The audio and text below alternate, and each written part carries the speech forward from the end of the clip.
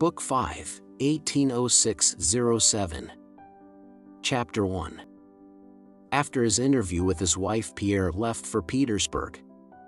At the Torshak post station, either there were no horses or the postmaster would not supply them. Pierre was obliged to wait. Without undressing, he lay down on the leather sofa in front of a round table, put his big feet in their overboots on the table, and began to reflect. "Will you have the portmanteaus brought in?" And a bed got ready. "And tea?" asked his valet. Pierre gave no answer, for he neither heard nor saw anything. He had begun to think of the last station and was still pondering on the same question, one so important that he took no notice of what went on around him.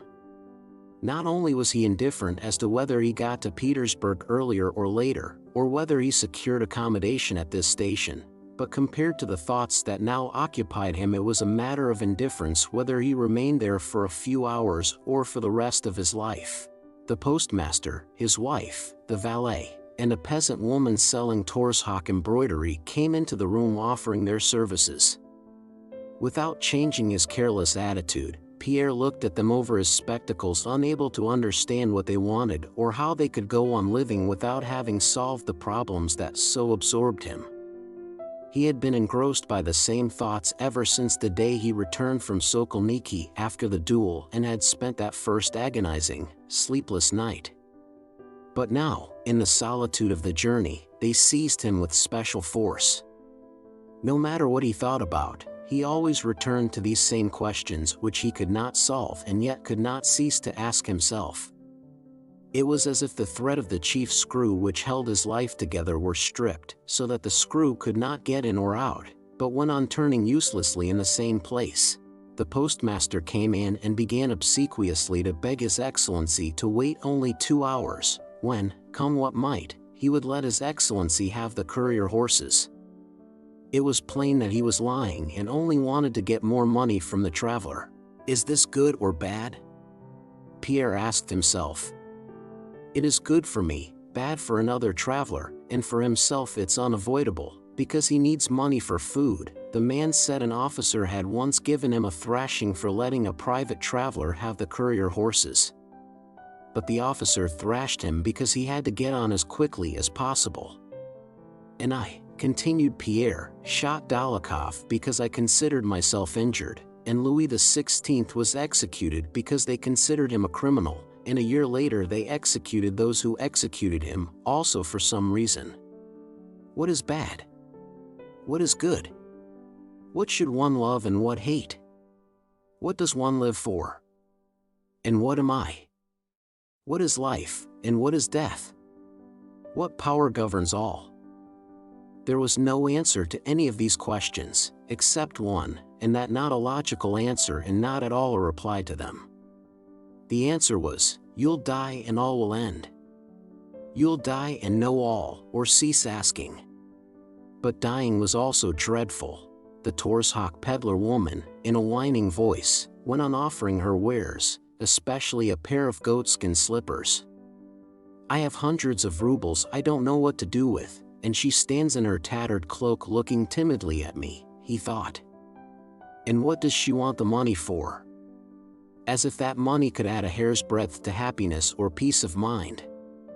Can anything in the world make her or me less a prey to evil and death, death which ends all and must come today or tomorrow, at any rate, in an instant as compared with eternity? And again he twisted the screw with the stripped thread, and again it turned uselessly in the same place. His servant handed him a half-cut novel, in the form of letters, by Madame de Souza. He began reading about the sufferings and virtuous struggles of a certain Emily de Mansfeld. And why did she resist her seducer when she loved him, he thought. God could not have put into her heart an impulse that was against his will. My wife, as she once was, did not struggle, and perhaps she was right. Nothing has been found out, nothing discovered, Pierre again said to himself. All we can know is that we know nothing. And that's the height of human wisdom. Everything within and around him seemed confused, senseless, and repellent. Yet in this very repugnance to all his circumstances, Pierre found a kind of tantalizing satisfaction. "I make bold to ask your excellency to move a little for this gentleman," said the postmaster, entering the room followed by another traveler, also detained for lack of horses. The newcomer was a short, large-boned, yellow-faced, wrinkled old man, with gray bushy eyebrows overhanging bright eyes of an indefinite grayish color. Pierre took his feet off the table, stood up, and lay down on a bed that had been got ready for him, glancing now and then at the newcomer, who, with a gloomy and tired face, was wearily taking off his wraps with the aid of his servant, and not looking at Pierre. With a pair of felt boots on his thin bony legs, and keeping on a worn, nankeen-covered, sheepskin coat, the traveler sat down on the sofa, leaned back his big head with its broad temples and close-cropped hair, and looked at Bezukhov. The stern, shrewd, and penetrating expression of that look struck Pierre. He felt a wish to speak to the stranger, but by the time he had made up his mind to ask him a question about the roads, the traveler had closed his eyes. His shriveled old hands were folded, and on the finger of one of them Pierre noticed a large cast-iron ring with a seal representing a death's head. The stranger sat without stirring, either resting or, as it seemed to Pierre, sunk in profound and calm meditation. His servant was also a yellow, wrinkled old man, without beard or mustache, evidently not because he was shaven but because they had never grown. This active old servant was unpacking the traveler's canteen and preparing tea. He brought in a boiling samovar. When everything was ready, the stranger opened his eyes, moved to the table, filled a tumbler with tea for himself and one for the beardless old man to whom he passed it. Pierre began to feel a sense of uneasiness, and the need, even the inevitability, of entering into conversation with this stranger. The servant brought back his tumbler turned upside down, with an unfinished bit of nibbled sugar, and asked if anything more would be wanted. To indicate he did not want more tea. "No." "Give me the book," said the stranger. The servant handed him a book which Pierre took to be a devotional work, and the traveler became absorbed in it. Pierre looked at him. All at once the stranger closed the book, putting in a marker, and again, leaning with his arms on the back of the sofa, sat in his former position with his eyes shut. Pierre looked at him and had not time to turn away when the old man, opening his eyes, fixed his steady and severe gaze straight on Pierre's face. Pierre felt confused and wished to avoid that look, but the bright old eyes attracted him irresistibly. Chapter 2. "I have the pleasure of addressing Count Bezukhov, if I am not mistaken," said the stranger in a deliberate and loud voice. Pierre looked silently and inquiringly at him over his spectacles. "I have heard of you, my dear sir," continued the stranger, "and of your misfortune." He seemed to emphasize the last word, as if to say, "Yes, misfortune. Call it what you please. I know that what happened to you in Moscow was a misfortune. I regret it very much, my dear sir." Pierre flushed and, hurriedly putting his legs down from the bed, bent forward toward the old man with a forced and timid smile. "I have not referred to this out of curiosity, my dear sir, but for greater reasons." He paused, his gaze still on Pierre, and moved aside on the sofa by way of inviting the other to take a seat beside him. Pierre felt reluctant to enter into conversation with this old man, but, submitting to him involuntarily, came up and sat down beside him. "You are unhappy, my dear sir," the stranger continued. "You are young and I am old. I should like to help you as far as lies in my power." "Oh, yes," said Pierre, with a forced smile. "I am very grateful to you. Where are you traveling from?"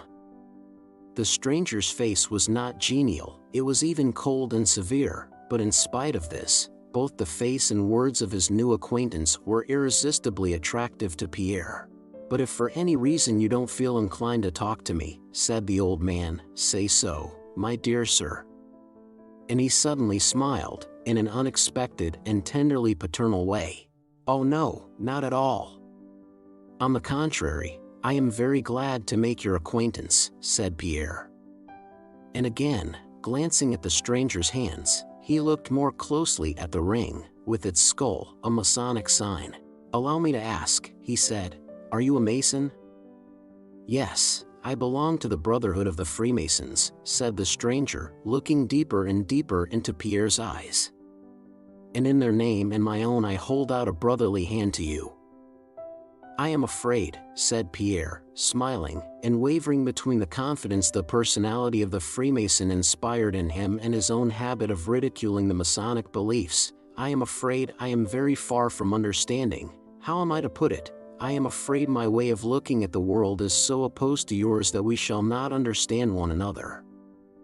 "I know your outlook," said the Mason, "and the view of life you mention, and which you think is the result of your own mental efforts, is the one held by the majority of people, and is the invariable fruit of pride, indolence, and ignorance. Forgive me, my dear sir, but if I had not known it I should not have addressed you. Your view of life is a regrettable delusion." "Just as I may suppose you to be deluded," said Pierre, with a faint smile. "I should never dare to say that I know the truth," said the Mason, whose words struck Pierre more and more by their precision and firmness. "No one can attain to truth by himself. Only by laying stone on stone with the cooperation of all, by the millions of generations from our forefather Adam to our own times, is that temple reared which is to be a worthy dwelling place of the great God," he added, and closed his eyes.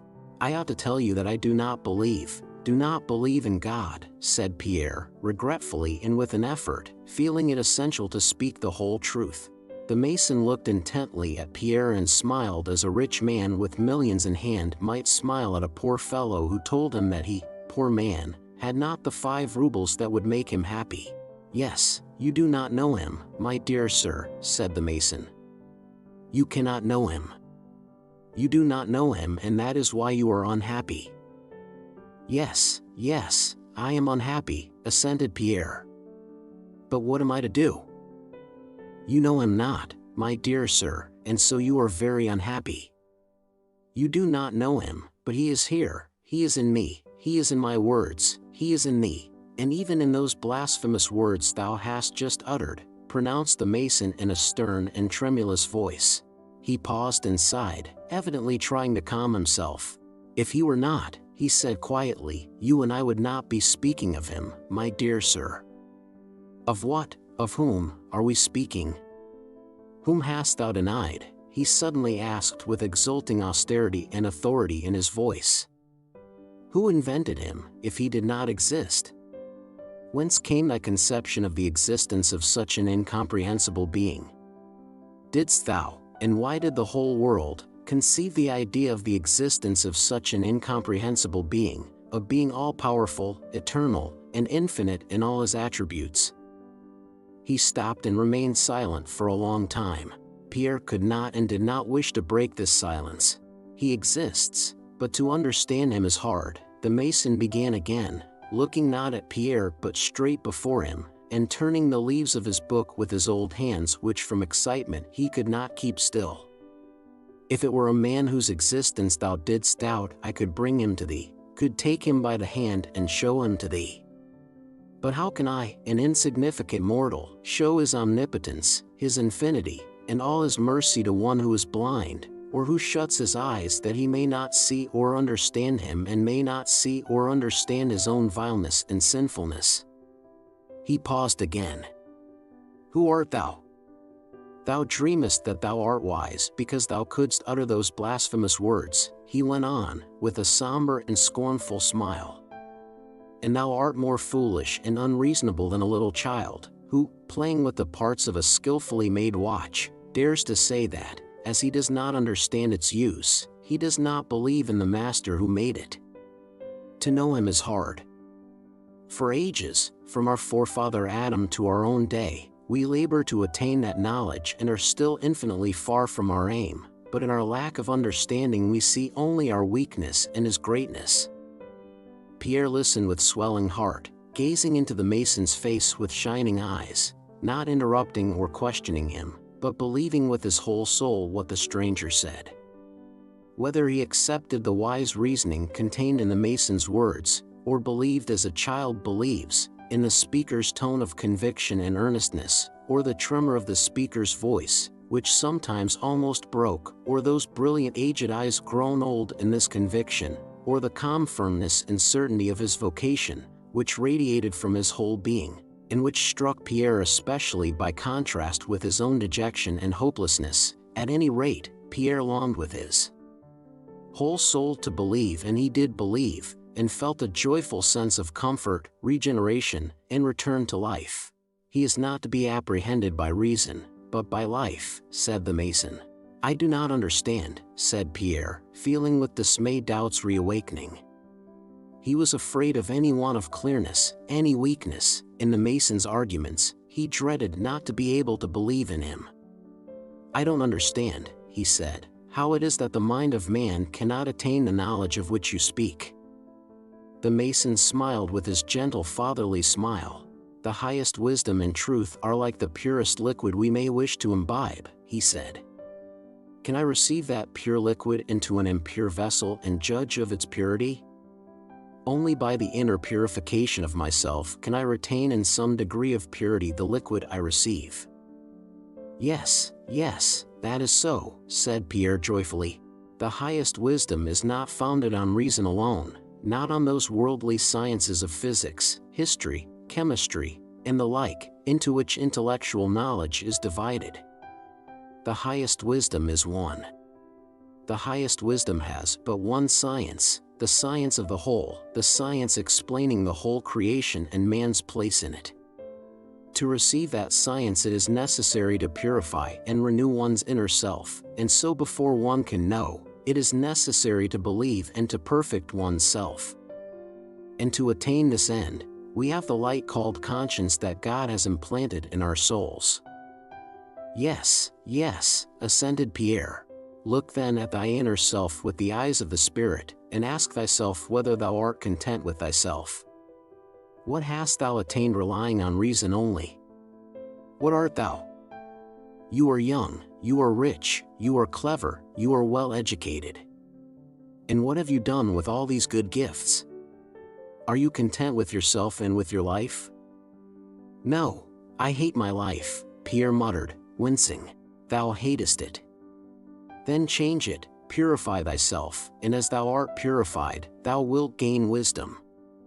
Look at your life, my dear sir. How have you spent it? In riotous orgies and debauchery, receiving everything from society and giving nothing in return. You have become the possessor of wealth. How have you used it? What have you done for your neighbor? Have you ever thought of your tens of thousands of slaves? Have you helped them physically and morally? No. You have profited by their toil to lead a profligate life. That is what you have done. Have you chosen a post in which you might be of service to your neighbor? No. You have spent your life in idleness. Then you married, my dear sir, took on yourself responsibility for the guidance of a young woman, and what have you done? You have not helped her to find the way of truth, my dear sir, but have thrust her into an abyss of deceit and misery.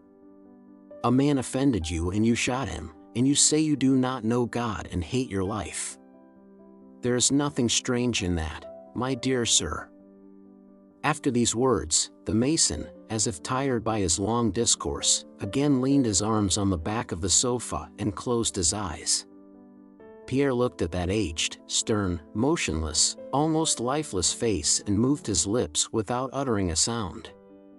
He wished to say, yes, a vile, idle, vicious life, but dared not break the silence. The Mason cleared his throat huskily, as old men do, and called his servant. How about the horses? He asked, without looking at Pierre. The exchange horses have just come, answered the servant. Will you not rest here? No, tell them to harness. Can he really be going away leaving me alone without having told me all, and without promising to help me, thought Pierre, rising with downcast head, and he began to pace the room, glancing occasionally at the Mason. Yes, I never thought of it, but I have led a contemptible and profligate life, though I did not like it and did not want to, thought Pierre. But this man knows the truth and, if he wished to, could disclose it to me. Pierre wished to say this to the mason, but did not dare to. The traveler, having packed his things with his practiced hands, began fastening his coat. When he had finished, he turned to Bezukhov and said in a tone of indifferent politeness, "Where are you going to now, my dear sir?" I'm going to Petersburg," answered Pierre, in a childlike, hesitating voice. "I thank you. I agree with all you have said. But do not suppose me to be so bad. With my whole soul I wish to be what you would have me be, but I have never had help from anyone. But it is I, above all, who am to blame for everything. Help me, teach me, and perhaps I may." Pierre could not go on. He gulped and turned away. The mason remained silent for a long time, evidently considering. "Help comes from God alone," he said, "but such measure of help as our order can bestow it will render you, my dear sir. You are going to Petersburg. Hand this to Count Wolarski." He took out his notebook and wrote a few words on a large sheet of paper folded in four. "Allow me to give you a piece of advice. When you reach the capital, first of all devote some time to solitude and self-examination and do not resume your former way of life. And now I wish you a good journey, my dear sir," he added, seeing that his servant had entered. "And success." The traveler was Joseph Alexeyevich Bezukhov, as Pierre saw from the postmaster's book. Bezukhov had been one of the best-known Freemasons and Martinists, even in Novikov's time. For a long while after he had gone, Pierre did not go to bed or order horses but paced up and down the room, pondering over his vicious past, and with a rapturous sense of beginning a new picture to himself the blissful, irreproachable, virtuous future that seemed to him so easy. It seemed to him that he had been vicious only because he had somehow forgotten how good it is to be virtuous. Not a trace of his former doubts remained in his soul. He firmly believed in the possibility of the brotherhood of men united in the aim of supporting one another in the path of virtue, and that is how Freemasonry presented itself to him. Chapter 3. On reaching Petersburg, Pierre did not let anyone know of his arrival. He went nowhere and spent whole days in reading Thomas à Kempis, whose book had been sent him by someone unknown. One thing he continually realized as he read that book, the joy, hitherto unknown to him, of believing in the possibility of attaining perfection, and in the possibility of active brotherly love among men, which Joseph Alexeyevich had revealed to him.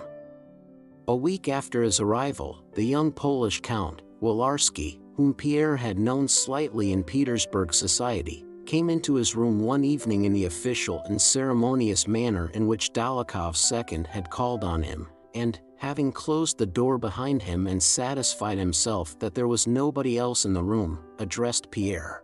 "I have come to you with a message and an offer, Count," he said without sitting down. "A person of very high standing in our brotherhood has made application for you to be received into our order before the usual term and has proposed to me to be your sponsor. I consider it a sacred duty to fulfill that person's wishes. Do you wish to enter the Brotherhood of Freemasons under my sponsorship?" The cold, austere tone of this man, whom he had almost always before met at balls, amiably smiling in the society of the most brilliant women, surprised Pierre. "Yes, I do wish it," said he. Wolarski bowed his head.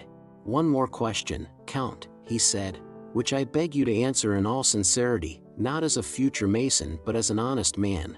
Have you renounced your former convictions? Do you believe in God?" Pierre considered. Yes, I believe in God," he said. "In that case," began Wolarski, but Pierre interrupted him. "Yes, I do believe in God," he repeated. "In that case we can go," said Wolarski. "My carriage is at your service." Wolarski was silent throughout the drive. To Pierre's inquiries as to what he must do and how he should answer, Wolarski only replied that brothers more worthy than he would test him and that Pierre had only to tell the truth. Having entered the courtyard of a large house where the lodge had its headquarters, and having ascended a dark staircase, They entered a small well-lit anteroom where they took off their cloaks without the aid of a servant. From there they passed into another room. A man in strange attire appeared at the door. Wolarski, stepping toward him, said something to him in French in an undertone and then went up to a small wardrobe in which Pierre noticed garments such as he had never seen before. Having taken a kerchief from the cupboard, Wolarski bound Pierre's eyes with it and tied it in a knot behind, catching some hairs painfully in the knot. Then he drew his face down, kissed him, and taking him by the hand led him forward. The hairs tied in the knot hurt Pierre, and there were lines of pain on his face and a shamefaced smile. His huge figure, with arms hanging down and with a puckered, though smiling face, moved after Wolarski with uncertain, timid steps. Having led him about 10 paces, Wolarski stopped. "Whatever happens to you," he said, "you must bear it all manfully if you have firmly resolved to join our brotherhood." Pierre nodded affirmatively. "When you hear a knock at the door, you will uncover your eyes," added Wolarski. "I wish you courage and success," and, pressing Pierre's hand, he went out. Left alone, Pierre went on smiling in the same way. Once or twice he shrugged his shoulders and raised his hand to the kerchief, as if wishing to take it off, but let it drop again.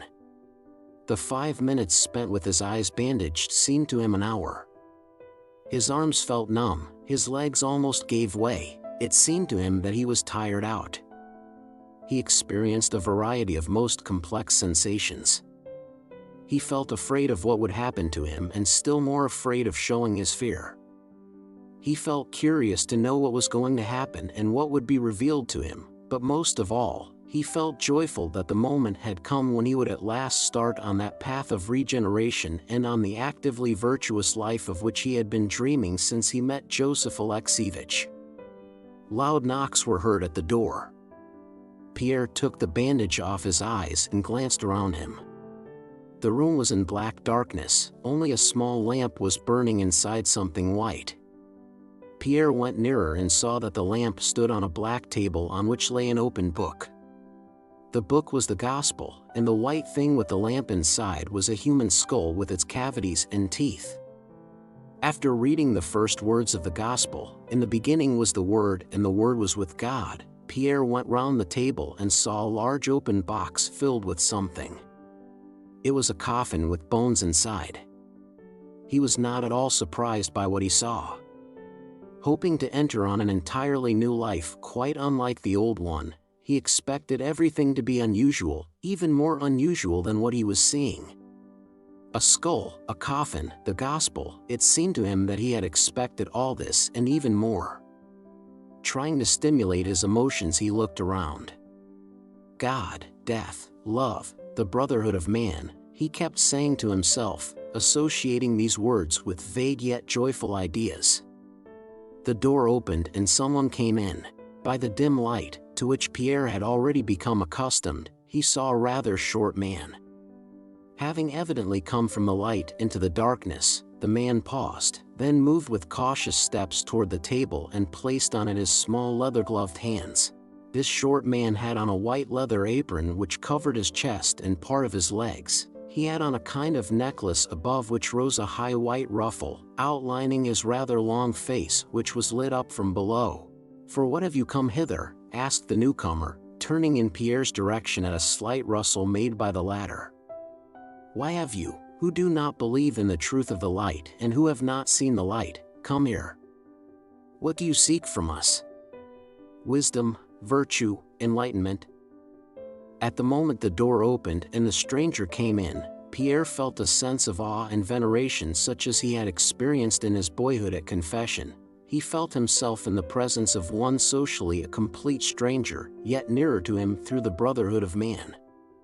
With bated breath and beating heart he moved toward the reader, by which name the brother who prepared a seeker for entrance into the brotherhood was known.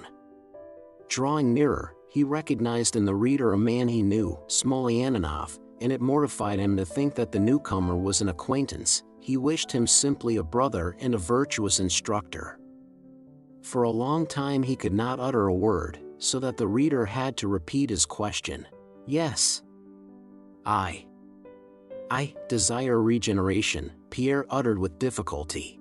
Very well, said Smolyaninoff, and went on at once. Have you any idea of the means by which our holy order will help you to reach your aim? Said he quietly and quickly.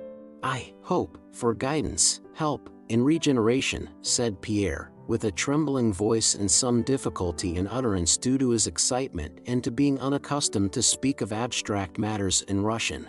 What is your conception of Freemasonry? I imagine that Freemasonry is the fraternity and equality of men who have virtuous aims, said Pierre, feeling ashamed of the inadequacy of his words for the solemnity of the moment, as he spoke. I imagine. Good, said the reader quickly, apparently satisfied with this answer.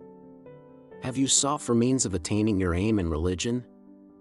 No, I considered it erroneous and did not follow it, said Pierre, so softly that the reader did not hear him and asked him what he was saying. I have been an atheist, answered Pierre. You are seeking for truth in order to follow its laws in your life, therefore you seek wisdom and virtue. Is that not so? Said the reader, after a moment's pause. Yes, yes, assented Pierre. The reader cleared his throat, crossed his gloved hands on his breast, and began to speak. Now I must disclose to you the chief aim of our order, he said, and if this aim coincides with yours, you may enter our brotherhood with profit. The first and chief object of our order, the foundation on which it rests and which no human power can destroy, is the preservation and handing on to posterity of a certain important mystery, which has come down to us from the remotest ages, even from the first man, a mystery on which perhaps the fate of mankind depends. But since this mystery is of such a nature that nobody can know or use it unless he be prepared by long and diligent self-purification, not everyone can hope to attain it quickly. Hence we have a secondary aim, that of preparing our members as much as possible to reform their hearts, to purify and enlighten their minds, by means handed on to us by tradition from those who have striven to attain this mystery, and thereby to render them capable of receiving it. By purifying and regenerating our members we try, thirdly, to improve the whole human race, offering it in our members an example of piety and virtue, and thereby try with all our might to combat the evil which sways the world. Think this over and I will come to you again. To combat the evil which sways the world, Pierre repeated, and a mental image of his future activity in this direction rose in his mind. He imagined men such as he had himself been a fortnight ago, and he addressed an edifying exhortation to them. He imagined to himself vicious and unfortunate people whom he would assist by word and deed, imagined oppressors whose victims he would rescue. Of the three objects mentioned by the reader, this last, that of improving mankind, especially appealed to Pierre.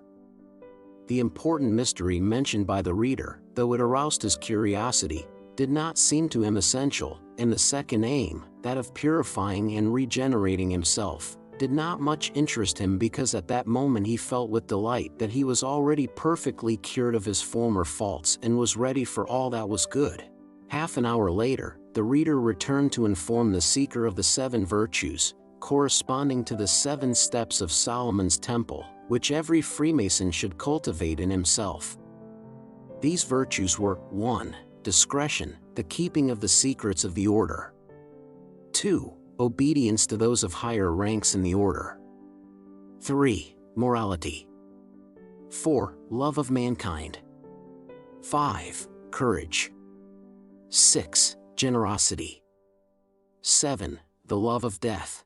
In the 7th place, try, by the frequent thought of death, the reader said, to bring yourself to regard it not as a dreaded foe, but as a friend that frees the soul grown weary in the labors of virtue from this distressful life, and leads it to its place of recompense and peace. Yes, that must be so, thought Pierre, when after these words the reader went away, leaving him to solitary meditation. It must be so, but I am still so weak that I love my life, the meaning of which is only now gradually opening before me.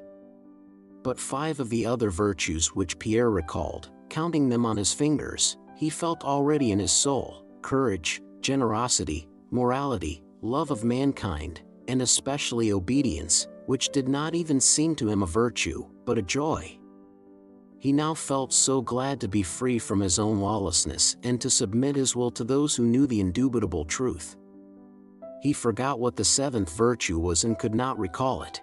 The third time the reader came back more quickly and asked Pierre whether he was still firm in his intention and determined to submit to all that would be required of him. "I am ready for everything," said Pierre. "I must also inform you," said the reader, "that our order delivers its teaching not in words only but also by other means, which may perhaps have a stronger effect on the sincere seeker after wisdom and virtue than mere words. This chamber with what you see therein should already have suggested to your heart, if it is sincere, more than words could do. You will perhaps also see in your further initiation a like method of enlightenment. Our order imitates the ancient societies that explain their teaching by hieroglyphics." "A hieroglyph," said the reader, "is an emblem of something not cognizable by the senses but which possesses qualities resembling those of the symbol." Pierre knew very well what a hieroglyph was, but dared not speak. He listened to the reader in silence, feeling from all he said that his ordeal was about to begin. "If you are resolved, I must begin your initiation," said the reader, coming closer to Pierre. "In token of generosity, I ask you to give me all your valuables." "But I have nothing here," replied Pierre, supposing that he was asked to give up all he possessed. "What you have with you: watch, money, rings." Pierre quickly took out his purse and watch, but could not manage for some time to get the wedding ring off his fat finger. When that had been done, the reader said, "In token of obedience, I ask you to undress." Pierre took off his coat, waistcoat, and left boot according to the reader's instructions. The mason drew the shirt back from Pierre's left breast, and stooping down pulled up the left leg of his trousers to above the knee. Pierre hurriedly began taking off his right boot also and was going to tuck up the other trouser leg to save this stranger the trouble, but the mason told him that was not necessary and gave him a slipper for his left foot. With a childlike smile of embarrassment, doubt, and self-derision, which appeared on his face against his will, Pierre stood with his arms hanging down and legs apart, before his brother reader, and awaited his further commands. "And now, in token of candor, I ask you to reveal to me your chief passion," said the latter. "My passion? I have had so many," replied Pierre. "That passion which more than all others caused you to waver on the path of virtue," said the mason. Pierre paused, seeking a reply. "Wine? Gluttony? Idleness? Laziness? Irritability? Anger? Women?" He went over his vices in his mind, not knowing to which of them to give the preeminence. "Women," he said in a low, scarcely audible voice. The mason did not move and for a long time said nothing after this answer. At last he moved up to Pierre and, taking the kerchief that lay on the table, again bound his eyes. "For the last time I say to you, turn all your attention upon yourself, put a bridle on your senses, and seek blessedness, not in passion but in your own heart. The source of blessedness is not without us but within." Pierre had already long been feeling in himself that refreshing source of blessedness which now flooded his heart with glad emotion. Chapter 4. Soon after this there came into the dark chamber to fetch Pierre, not the reader but Pierre's sponsor, Wolarski, whom he recognized by his voice. To fresh questions as to the firmness of his resolution Pierre replied, "Yes, yes, I agree," and with a beaming, childlike smile, his fat chest uncovered, stepping unevenly and timidly in one slippered and one booted foot, he advanced, while Wolarski held a sword to his bare chest. He was conducted from that room along passages that turned backwards and forwards and was at last brought to the doors of the lodge. Wolarski coughed. He was answered by the Masonic knock with mallets. The doors opened before them. A bass voice, Pierre was still blindfolded, questioned him as to who he was, when and where he was born, and so on. Then he was again led somewhere still blindfolded, and as they went along he was told allegories of the toils of his pilgrimage, of holy friendship, of the eternal architect of the universe, and of the courage with which he should endure toils and dangers. During these wanderings, Pierre noticed that he was spoken of now as the seeker, now as the sufferer, and now as the postulant, to the accompaniment of various knockings with mallets and swords. As he was being led up to some object, he noticed a hesitation and uncertainty among his conductors. He heard those around him disputing in whispers, and one of them insisting that he should be led along a certain carpet. After that, they took his right hand, placed it on something, and told him to hold a pair of compasses to his left breast with the other hand, and to repeat after someone who read aloud an oath of fidelity to the laws of the order. The candles were then extinguished and some spirit lighted, as Pierre knew by the smell, and he was told that he would now see the lesser light. The bandage was taken off his eyes, and, by the faint light of the burning spirit, Pierre, as in a dream, saw several men standing before him, wearing aprons like the readers and holding swords in their hands pointed at his breast. Among them stood a man whose white shirt was stained with blood. On seeing this, Pierre moved forward with his breast toward the swords, meaning them to pierce it. But the swords were drawn back from him, and he was at once blindfolded again. "Now thou hast seen the lesser light," uttered a voice. Then the candles were relit, and he was told that he would see the full light. The bandage was again removed, and more than 10 voices said together, "Sic transit gloria mundi." Pierre gradually began to recover himself and looked about at the room and at the people in it. Round a long table covered with black sat some 12 men in garments like those he had already seen. Some of them Pierre had met in Petersburg society. In the president's chair sat a young man he did not know, with a peculiar cross hanging from his neck. On his right sat the Italian abbé whom Pierre had met at Anna Pavlovna's 2 years before.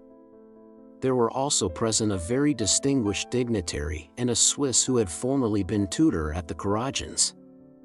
All maintained a solemn silence, listening to the words of the president, who held a mallet in his hand. Let into the wall was a star-shaped light. At one side of the table was a small carpet with various figures worked upon it. At the other was something resembling an altar on which lay a testament and a skull. Round it stood 7 large candlesticks like those used in churches. 2 of the brothers led Pierre up to the altar, placed his feet at right angles, and bade him lie down, saying that he must prostrate himself at the gates of the temple. He must first receive the trowel, whispered one of the brothers. "Oh, hush, please," said another. Pierre, perplexed, looked round with his short-sighted eyes without obeying, and suddenly doubts arose in his mind. Where am I? What am I doing? Aren't they laughing at me? Shan't I be ashamed to remember this? But these doubts only lasted a moment. Pierre glanced at the serious faces of those around, remembered all he had already gone through, and realized that he could not stop halfway.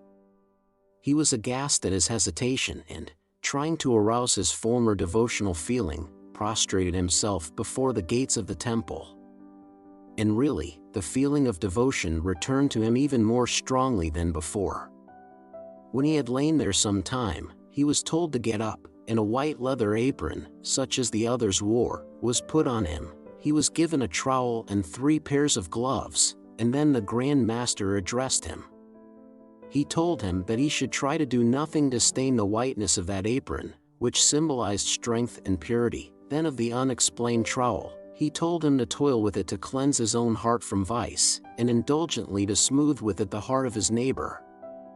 As to the first pair of gloves, a man's, he said that Pierre could not know their meaning but must keep them. The second pair of man's gloves he was to wear at the meetings, and finally of the third, a pair of women's gloves, he said, "Dear brother, these woman's gloves are intended for you too. Give them to the woman whom you shall honor most of all. This gift will be a pledge of your purity of heart to her whom you select to be your worthy helpmeet in masonry." And after a pause, he added, "But beware, dear brother, that these gloves do not deck hands that are unclean." While the Grand Master said these last words, it seemed to Pierre that he grew embarrassed.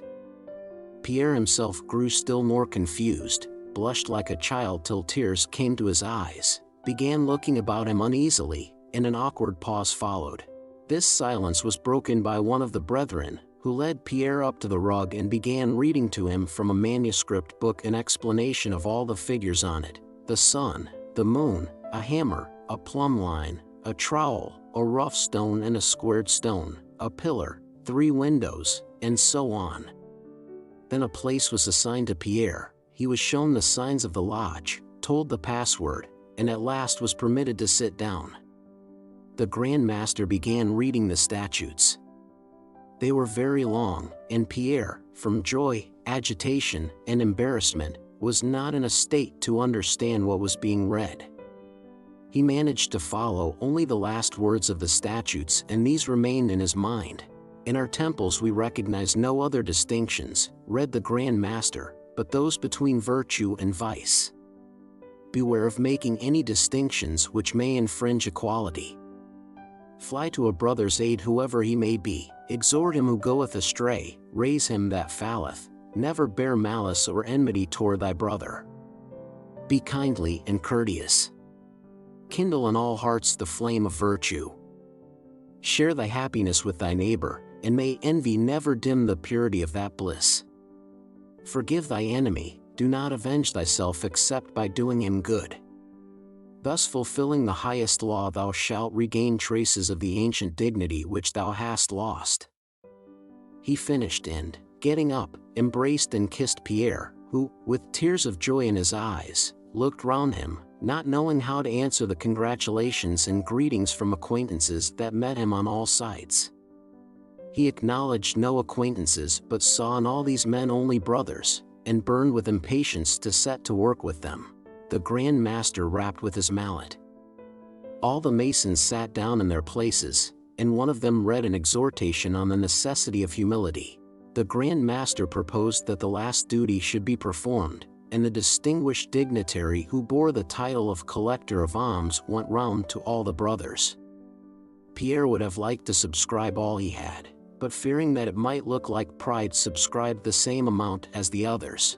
The meeting was at an end, and on reaching home Pierre felt as if he had returned from a long journey on which he had spent dozens of years, had become completely changed, and had quite left behind his former habits and way of life. Chapter 5. The day after he had been received into the lodge, Pierre was sitting at home reading a book and trying to fathom the significance of the square, one side of which symbolized God, another moral things, a third physical things, and the fourth a combination of these. Now and then his attention wandered from the book and the square, and he formed in imagination a new plan of life. On the previous evening at the lodge, he had heard that a rumor of his duel had reached the emperor and that it would be wiser for him to leave Petersburg. Pierre proposed going to his estates in the south and there attending to the welfare of his serfs. He was joyfully planning this new life, when Prince Vasily suddenly entered the room. "My dear fellow, what have you been up to in Moscow?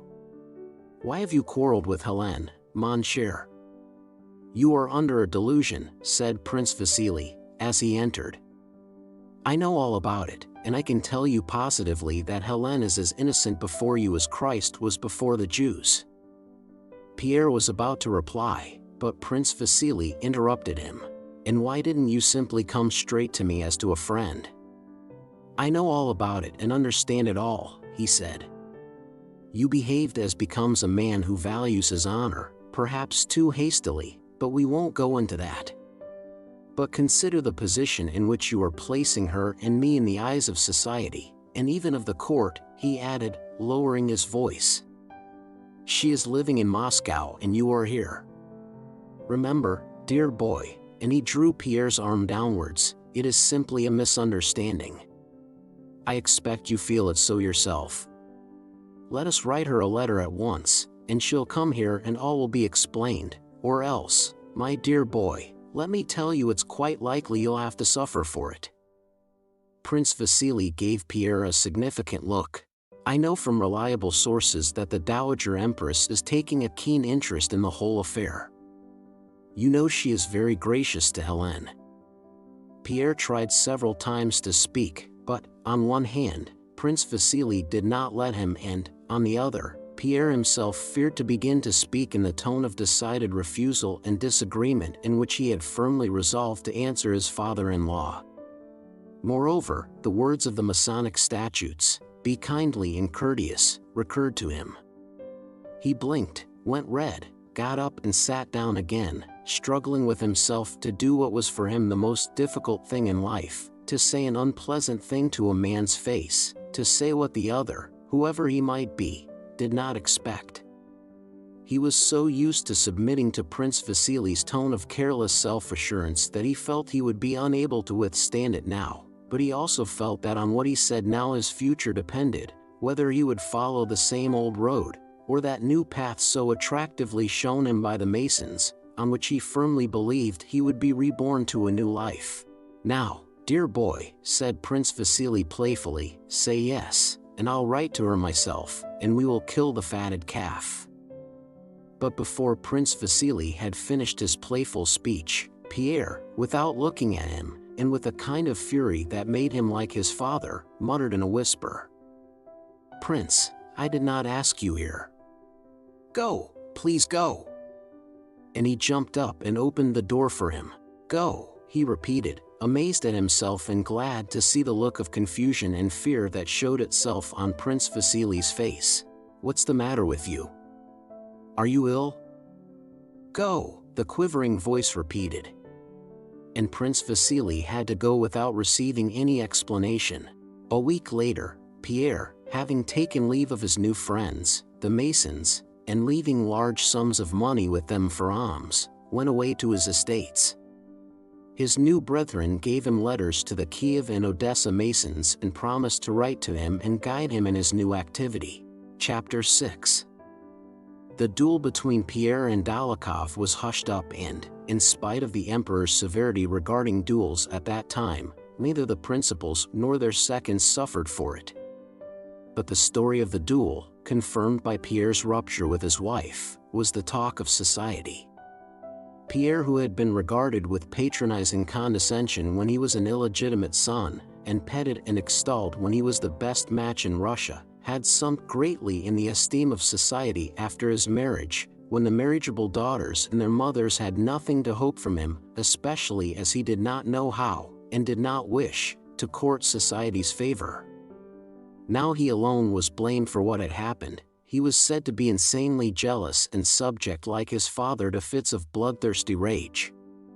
And when after Pierre's departure Helene returned to Petersburg, she was received by all her acquaintances not only cordially, but even with a shade of deference due to her misfortune. When conversation turned on her husband, Helene assumed a dignified expression, which with characteristic tact she had acquired though she did not understand its significance. This expression suggested that she had resolved to endure her troubles uncomplainingly and that her husband was a cross laid upon her by God. Prince Vasily expressed his opinion more openly. He shrugged his shoulders when Pierre was mentioned and, pointing to his forehead, remarked, "A bit touched, I always said so." "I said from the first," declared Anna Pavlovna referring to Pierre, "I said at the time and before anyone else," she insisted on her priority, that senseless young man was spoiled by the depraved ideas of these days. "I said so even at the time when everybody was in raptures about him, when he had just returned from abroad, and when, if you remember, he posed as a sort of Marat at one of my soirees. And how has it ended? I was against this marriage even then and foretold all that has happened." Anna Pavlovna continued to give on free evenings the same kind of soirees as before, such as she alone had the gift of arranging, at which was to be found the cream of really good society, the bloom of the intellectual essence of Petersburg, as she herself put it. Besides this refined selection of society, Anna Pavlovna's receptions were also distinguished by the fact that she always presented some new and interesting person to the visitors, and that nowhere else was the state of the political thermometer of legitimate Petersburg court society so dearly and distinctly indicated.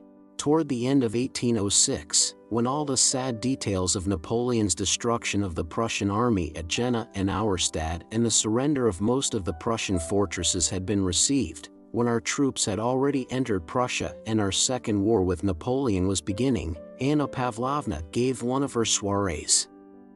The cream of really good society consisted of the fascinating Helene, forsaken by her husband, Mortemart, the delightful Prince Hippolyte who had just returned from Vienna, two diplomatists, the old aunt, a young man referred to in that drawing room as a man of great merit, un homme de beaucoup de mérite, a newly appointed maid of honor and her mother, and several other less noteworthy persons.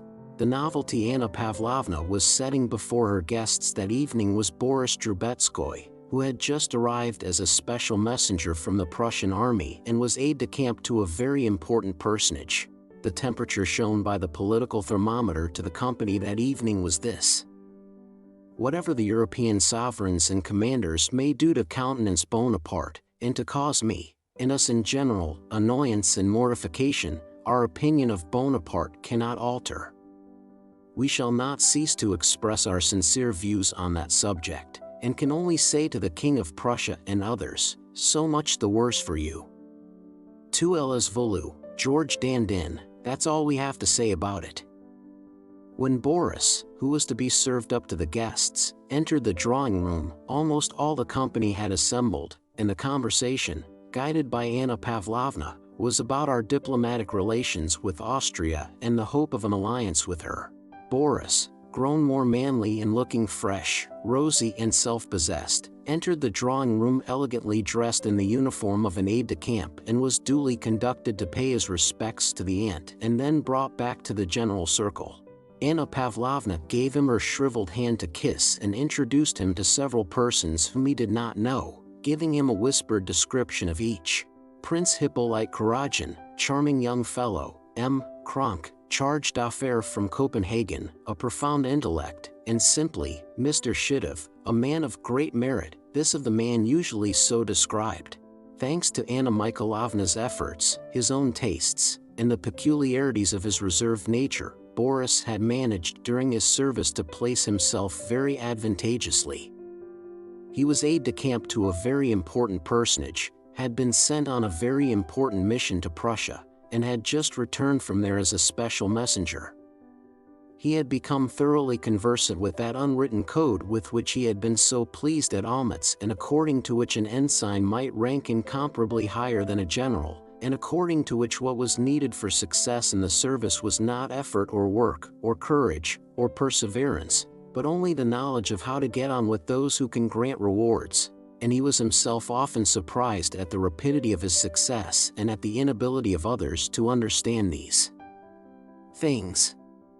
In consequence of this discovery, his whole manner of life, all his relations with old friends, all his plans for his future, were completely altered. He was not rich, but would spend his last groat to be better dressed than others, and would rather deprive himself of many pleasures than allow himself to be seen in a shabby equipage or appear in the streets of Petersburg in an old uniform. He made friends with and sought the acquaintance of only those above him in position and who could therefore be of use to him. He liked Petersburg and despised Moscow. The remembrance of the Rostovs' house and of his childish love for Natasha was unpleasant to him, and he had not once been to see the Rostovs since the day of his departure for the army. To be in Anna Pavlovna's drawing room he considered an important step up in the service, and he at once understood his role, letting his hostess make use of whatever interest he had to offer. He himself carefully scanned each face, appraising the possibilities of establishing intimacy with each of those present, and the advantages that might accrue. He took the seat indicated to him beside the fair Helene and listened to the general conversation. Vienna considers the basis of the proposed treaty so unattainable that not even a continuity of most brilliant successes would secure them, and she doubts the means we have of gaining them. That is the actual phrase used by the Vienna cabinet, said the Danish charge d'affaires. The doubt is flattering, said the man of profound intellect, with a subtle smile.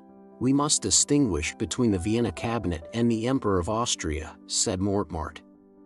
The Emperor of Austria can never have thought of such a thing, it is only the cabinet that says it. Ah, my dear Vicomte, put in Anna Pavlovna, l'Europe. For some reason she called it Europe as if that were a specially refined French pronunciation which she could allow herself when conversing with a Frenchman. L'Europe ne sera jamais notre allié sincere. Asterisk. Asterisk. Europe will never be our sincere ally. After that, Anna Pavlovna led up to the courage and firmness of the King of Prussia, in order to draw Boris into the conversation. Boris listened attentively to each of the speakers, awaiting his turn, but managed meanwhile to look round repeatedly at his neighbor, the beautiful Helene, whose eyes several times met those of the handsome young aide-de-camp with a smile. Speaking of the position of Prussia, Anna Pavlovna very naturally asked Boris to tell them about his journey to Głogow and in what state he found the Prussian army. Boris, speaking with deliberation, told them in pure, correct French many interesting details about the armies and the court, carefully abstaining from expressing an opinion of his own about the facts he was recounting. For some time he engrossed the general attention, and Anna Pavlovna felt that the novelty she had served up was received with pleasure by all her visitors. The greatest attention of all to Boris' narrative was shown by Helene. She asked him several questions about his journey and seemed greatly interested in the state of the Prussian army. As soon as he had finished, she turned to him with her usual smile. "You absolutely must come and see me," she said in a tone that implied that, for certain considerations he could not know of, this was absolutely necessary. "On Tuesday between 8 and 9. It will give me great pleasure." Boris promised to fulfill her wish and was about to begin a conversation with her, when Anna Pavlovna called him away on the pretext that her aunt wished to hear him. "You know her husband, of course," said Anna Pavlovna, closing her eyes and indicating Helene with a sorrowful gesture. "Ah, she is such an unfortunate and charming woman. Don't mention him before her, please don't. It is too painful for her." Chapter 7. When Boris and Anna Pavlovna returned to the others, Prince Hippolyte had the ear of the company. Bending forward in his armchair he said, "Le Roi de Prusse," and having said this laughed.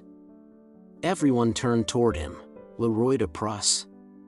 Hippolyte said interrogatively, again laughing, and then calmly and seriously sat back in his chair. Anna Pavlovna waited for him to go on, but as he seemed quite decided to say no more, she began to tell of how at Potsdam the impious Bonaparte had stolen the sword of Frederick the Great. "It is the sword of Frederick the Great which she began, but Hippolyte interrupted her with the words, "Le Roi de Prusse," and again, as soon as all turned toward him, excused himself and said no more. Anna Pavlovna frowned. Mortemart, Hippolyte's friend, addressed him firmly. "Come now, what about your Roi de Prusse?" Hippolyte laughed as if ashamed of laughing. "Oh, it's nothing. I only wish to say," he wanted to repeat a joke he had heard in Vienna and which he had been trying all that evening to get in, "I only wish to say that we are wrong to fight poor Le Roi de Prusse." Boris smiled circumspectly, so that it might be taken as ironical or appreciative according to the way the joke was received. Everybody laughed. "Your joke is too bad, it's witty but unjust," said Anna Pavlovna, shaking her little shriveled finger at him. "We are not fighting poor Le Roi de Prusse, but for right principles." "Oh, that wicked Prince Hippolyte," she said. The conversation did not flag all evening and turned chiefly on the political news. It became particularly animated toward the end of the evening when the rewards bestowed by the Emperor were mentioned. "You know N. received a snuff-box with the portrait last year," said the man of profound intellect. "Why shouldn't S. get the same distinction?" "Pardon me. A snuff-box with the Emperor's portrait is a reward but not a distinction," said the diplomatist, "a gift, rather." "There are precedents. I may mention Schwarzenberg." "It's impossible," replied another. "Will you bet?" "The ribbon of the order is a different matter."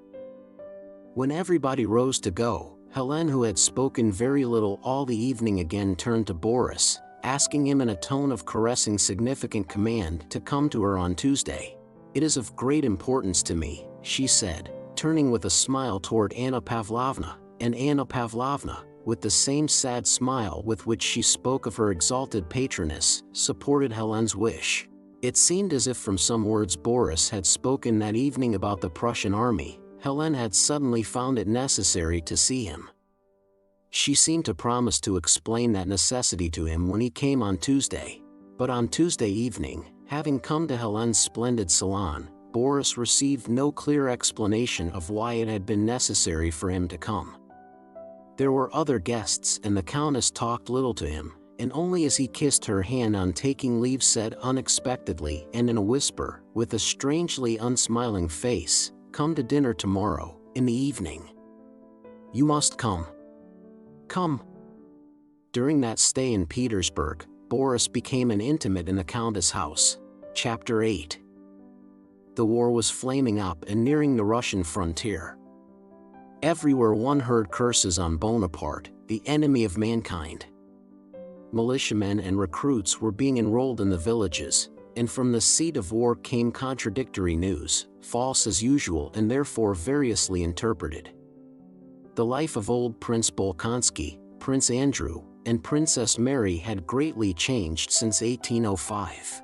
In 1806 the old prince was made one of the 8 commanders-in-chief then appointed to supervise the enrollment decreed throughout Russia.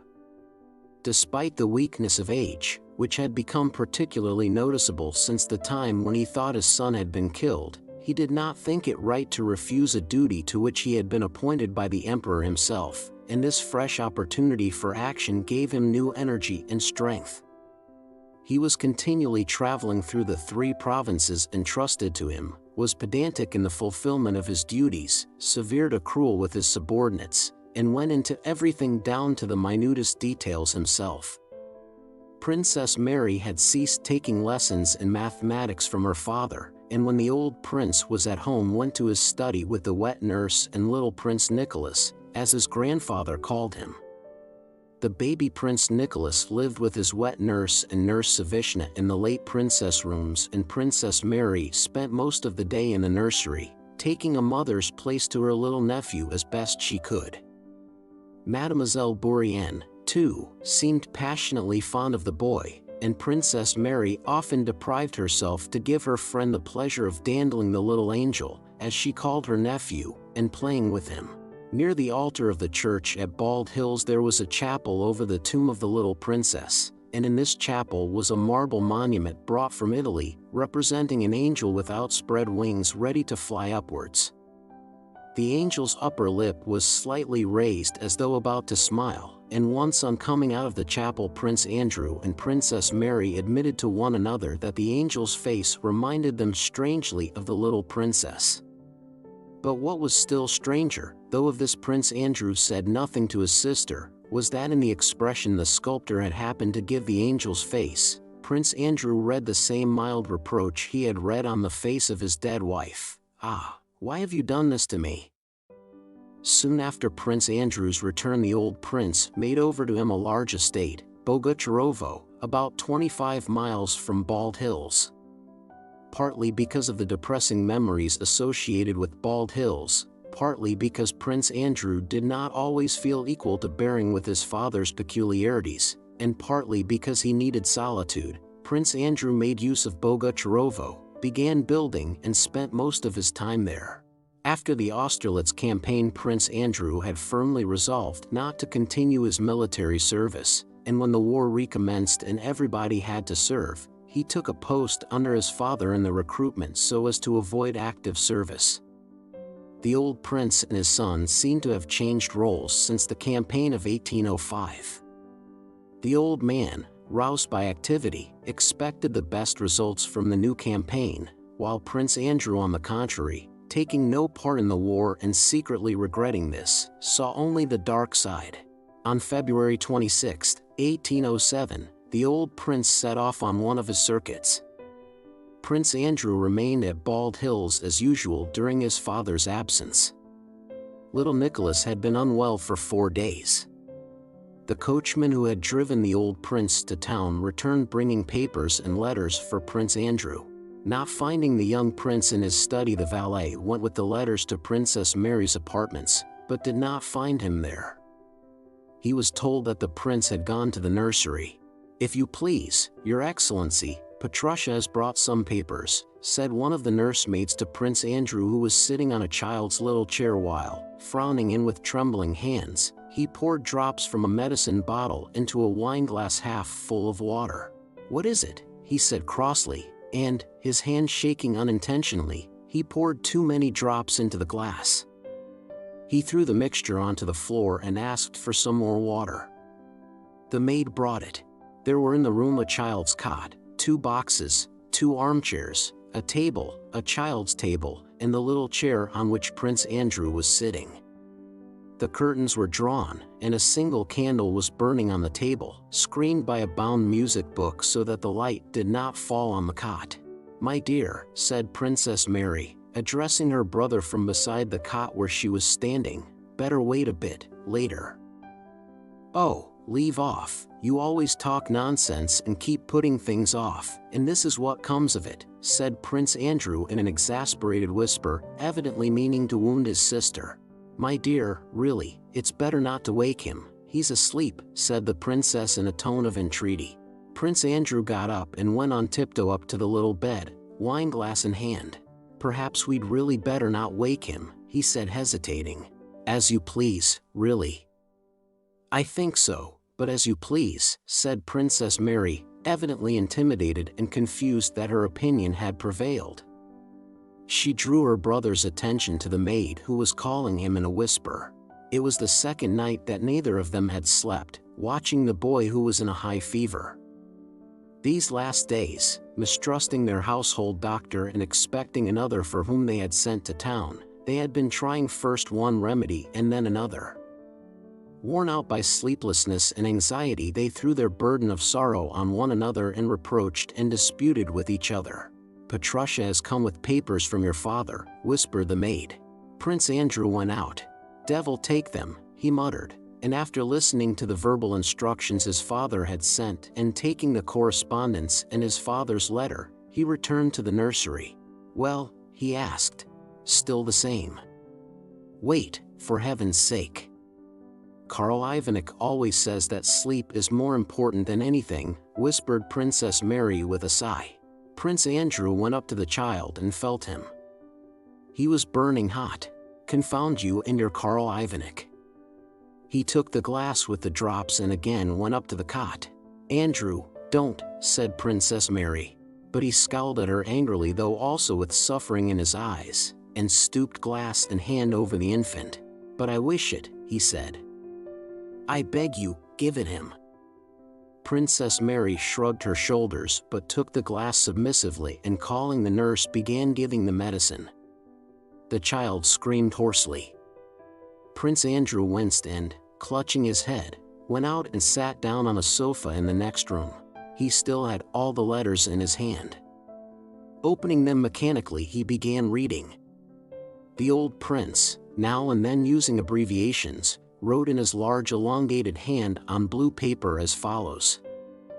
"Have just this moment received by special messenger very joyful news, if it's not false. Bennigsen seems to have obtained a complete victory over Bonaparte at Eylau. In Petersburg everyone is rejoicing, and the rewards sent to the army are innumerable. Though he is a German, I congratulate him. I can't make out what the commander at Korchevo, a certain Kandrakov, is up to. Till now the additional men and provisions have not arrived. Gallop off to him at once and say I'll have his head off if everything is not here in a week. Have received another letter about the Przemysl battle from Potenka. He took part in it, and it's all true. When mischief makers don't meddle, even a German beats Bonaparte. He is said to be fleeing in great disorder. Mind you gallop off to Korchevo without delay and carry out instructions." Prince Andrew sighed and broke the seal of another envelope. It was a closely written letter of 2 sheets from Bilibin. He folded it up without reading it and reread his father's letter, ending with the words, gallop off to Korchevo and carry out instructions. No, pardon me, I won't go now till the child is better, thought he, going to the door and looking into the nursery. Princess Mary was still standing by the cot, gently rocking the baby. Ah yes, and what else did he say that's unpleasant, thought Prince Andrew, recalling his father's letter. Yes, we have gained a victory over Bonaparte, just when I'm not serving. Yes, he's always poking fun at me. Ah, well, let him. And he began reading Bilibin's letter, which was written in French. He read without understanding half of it, read only to forget, if but for a moment, what he had too long been thinking of so painfully to the exclusion of all else. Chapter 9. Bilibin was now at army headquarters in a diplomatic capacity, and though he wrote in French and used French jests and French idioms, he described the whole campaign with a fearless self-censure and self-derision genuinely Russian. Bilibin wrote that the obligation of diplomatic discretion tormented him, and he was happy to have in Prince Andrew a reliable correspondent to whom he could pour out the bile he had accumulated at the sight of all that was being done in the army. The letter was old, having been written before the battle at Przemysl. Since the day of our brilliant success at Austerlitz, wrote Bilibin, as you know, my dear prince, I never leave headquarters. I have certainly acquired a taste for war, and it is just as well for me. What I have seen during these last 3 months is incredible. I begin a Bovo. The enemy of the human race, as you know, attacks the Prussians. The Prussians are our faithful allies who have only betrayed us 3 times in 3 years. We take up their cause, but it turns out that the enemy of the human race pays no heed to our fine speeches and in his rude and savage way throws himself on the Prussians without giving them time to finish the parade they had begun, and in 2 twists of the hand he breaks them to smithereens and installs himself in the palace at Potsdam. I most ardently desire, writes the King of Prussia to Bonaparte, that your majesty should be received and treated in my palace in a manner agreeable to yourself, and in so far as circumstances allowed, I have hastened to take all steps to that end. May I have succeeded. The Prussian generals pride themselves on being polite to the French and lay down their arms at the first demand. The head of the garrison at Glogo, with 10,000 men, asks the King of Prussia what he is to do if he is summoned to surrender. All this is absolutely true. In short, hoping to settle matters by taking up a warlike attitude, it turns out that we have landed ourselves in war, and what is more, in war on our own frontiers, with and for the King of Prussia. We have everything in perfect order, only one little thing is lacking, namely, a commander-in-chief. As it was considered that the Austerlitz success might have been more decisive had the commander-in-chief not been so young, all our octogenarians were reviewed, and of Prozorovsky and Kamensky the latter was preferred. The general comes to us, Suvorov-like, in a kibitka, and is received with acclamations of joy and triumph. On the 4th, the first courier arrives from Petersburg. The mails are taken to the field marshal's room, for he likes to do everything himself. I am called in to help sort the letters and take those meant for us. The field marshal looks on and waits for letters addressed to him. We search, but none are to be found. The field marshal grows impatient and sets to work himself and finds letters from the emperor to Count T, Prince V, and others. Then he bursts into one of his wild furies and rages at everyone and everything, seizes the letters, opens them, and reads those from the emperor addressed to others. Ah! So that's the way they treat me. No confidence in me. Ah, ordered to keep an eye on me. Very well then. Get along with you. So he writes the famous order of the day to General Benigsen. I am wounded and cannot ride and consequently cannot command the army. You have brought your army corps to Pultusk, routed, here it is exposed, and without fuel or forage, so something must be done. And, as you yourself reported to Count Buxhowden yesterday, you must think of retreating to our frontier, which do today. From all my riding, he writes to the emperor, I have got a saddle sore which, coming after all my previous journeys, quite prevents my riding and commanding so vast an army, so I have passed on the command to the general next in seniority, Count Buxhowden, having sent him my whole staff and all that belongs to it, advising him if there's a lack of bread, to move farther into the interior of Prussia, for only 1 day's ration of bread remains, and in some regiments none at all, as reported by the division commanders, Osterman and Sedmaretsky, and all that the peasants had has been eaten up. I myself will remain in hospital at Ostrolenka till I recover. In regard to which I humbly submit my report, with the information that if the army remains in its present bivouac another fortnight there will not be a healthy man left in it by spring. Grant leave to retire to his country seat to an old man who is already in any case dishonored by being unable to fulfill the great and glorious task for which he was chosen. I shall await your most gracious permission here in hospital, that I may not have to play the part of a secretary rather than commander in the army. My removal from the army does not produce the slightest stir, a blind man has left it. There are thousands such as I in Russia. The field marshal is angry with the emperor and he punishes us all. Isn't it logical? This is the first act. Those that follow are naturally increasingly interesting and entertaining. After the field marshal's departure it appears that we are within sight of the enemy and must give battle. Buxhowden is commander-in-chief by seniority, but General Bennigsen does not quite see it, more particularly as it is he and his corps who are within sight of the enemy and he wishes to profit by the opportunity to fight a battle on his own hand, as the Germans say. He does so.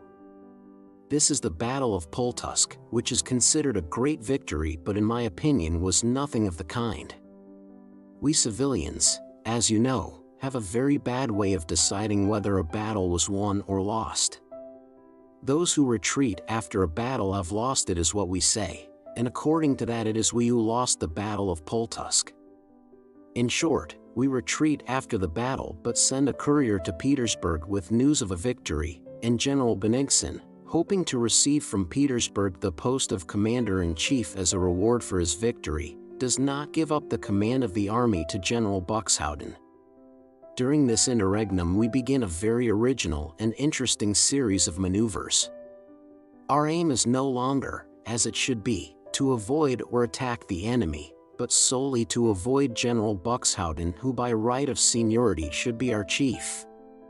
So energetically do we pursue this aim that after crossing an unfordable river we burn the bridges to separate ourselves from our enemy, who at the moment is not Bonaparte but Buxhowden.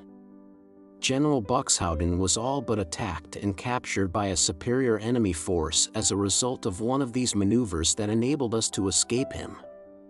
Buxhowden pursues us, we scuttle. He hardly crosses the river to our side before we recross to the other. At last our enemy, Buxhowden, catches us and attacks. Both generals are angry, and the result is a challenge on Buxhowden's part and an epileptic fit on Bennigsen's.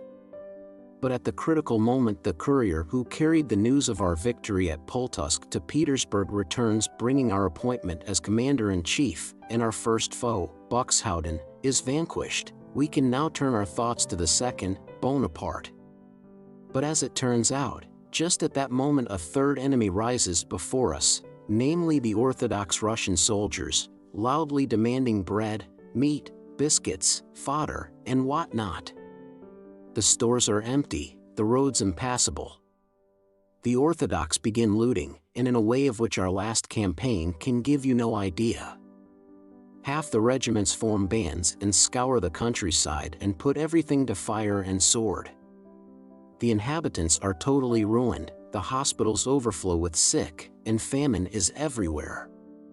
Twice the marauders even attack our headquarters, and the commander-in-chief has to ask for a battalion to disperse them. During one of these attacks they carried off my empty portmanteau and my dressing gown. The emperor proposes to give all commanders of divisions the right to shoot marauders, but I much fear this will oblige one half the army to shoot the other. At first Prince Andrew read with his eyes only, but after a while, in spite of himself, Although he knew how far it was safe to trust Bilibin, what he had read began to interest him more and more. When he had read thus far, he crumpled the letter up and threw it away. It was not what he had read that vexed him, but the fact that the life out there in which he had now no part could perturb him. He shut his eyes, rubbed his forehead as if to rid himself of all interest in what he had read, and listened to what was passing in the nursery. Suddenly he thought he heard a strange noise through the door. He was seized with alarm lest something should have happened to the child while he was reading the letter. He went on tiptoe to the nursery door and opened it. Just as he went in, he saw that the nurse was hiding something from him with a scared look, and that Princess Mary was no longer by the cot. "My dear," he heard what seemed to him her despairing whisper behind him. As often happens after long sleeplessness and long anxiety, he was seized by an unreasoning panic. It occurred to him that the child was dead. All that he saw and heard seemed to confirm this terror. "All is over," he thought, and a cold sweat broke out on his forehead. He went to the cot in confusion, sure that he would find it empty and that the nurse had been hiding the dead baby. He drew the curtain aside, and for some time his frightened, restless eyes could not find the baby. At last he saw him. The rosy boy had tossed about till he lay across the bed with his head lower than the pillow, and was smacking his lips in his sleep and breathing evenly. Prince Andrew was as glad to find the boy like that, as if he had already lost him. He bent over him and, as his sister had taught him, tried with his lips whether the child was still feverish. The soft forehead was moist. Prince Andrew touched the head with his hand. Even the hair was wet, so profusely had the child perspired. He was not dead, but evidently the crisis was over and he was convalescent. Prince Andrew longed to snatch up, to squeeze, to hold to his heart this helpless little creature, but dared not do so. He stood over him, gazing at his head and at the little arms and legs which showed under the blanket. He heard a rustle behind him and a shadow appeared under the curtain of the cot. He did not look round, but still gazing at the infant's face, listened to his regular breathing. The dark shadow was Princess Mary, who had come up to the cot with noiseless steps, lifted the curtain, and dropped it again behind her. Prince Andrew recognized her without looking and held out his hand to her. She pressed it. "He has perspired," said Prince Andrew. "I was coming to tell you so." The child moved slightly in his sleep, smiled, and rubbed his forehead against the pillow. Prince Andrew looked at his sister. In the dim shadow of the curtain her luminous eyes shone more brightly than usual from the tears of joy that were in them. She leaned over to her brother and kissed him, slightly catching the curtain of the cot. Each made the other a warning gesture and stood still in the dim light beneath the curtain as if not wishing to leave that seclusion where they three were shut off from all the world. Prince Andrew was the first to move away, ruffling his hair against the muslin of the curtain. "Yes, this is the one thing left me now," he said with a sigh. Chapter 10. Soon after his admission to the Masonic Brotherhood, Pierre went to the Kiev province, where he had the greatest number of serfs, taking with him full directions which he had written down for his own guidance as to what he should do on his estates. When he reached Kiev he sent for all his stewards to the head office and explained to them his intentions and wishes. He told them that steps would be taken immediately to free his serfs, and that till then they were not to be overburdened with labor, women while nursing their babies were not to be sent to work, assistance was to be given to the serfs, punishments were to be admonitory and not corporal, and hospitals, asylums, and schools were to be established on all the estates.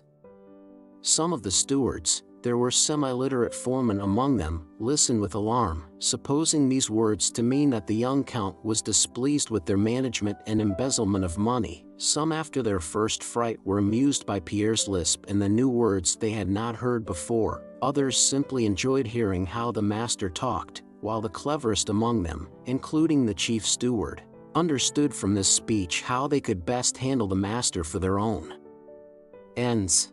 The chief steward expressed great sympathy with Pierre's intentions, but remarked that besides these changes it would be necessary to go into the general state of affairs, which was far from satisfactory. Despite Count Bezukhov's enormous wealth, since he had come into an income which was said to amount to 500,000 rubles a year, Pierre felt himself far poorer than when his father had made him an allowance of 10,000 rubles.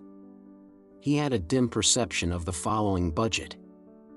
About 80,000 went in payments on all the estates to the land bank, about 30,000 went for the upkeep of the estate near Moscow, the town house, and the allowance to the 3 princesses, about 15,000 was given in pensions and the same amount for asylums, 150,000 alimony was sent to the countess, about 70,000 went for interest on debts. The building of a new church, previously begun, had cost about 10,000 in each of the last 2 years, and he did not know how the rest, about 100,000 rubles, was spent, and almost every year he was obliged to borrow. Besides this, the chief steward wrote every year telling him of fires and bad harvests, or of the necessity of rebuilding factories and workshops. So the first task Pierre had to face was one for which he had very little aptitude or inclination: practical business. He discussed estate affairs every day with his chief steward. But he felt that this did not forward matters at all. He felt that these consultations were detached from real affairs and did not link up with them or make them move.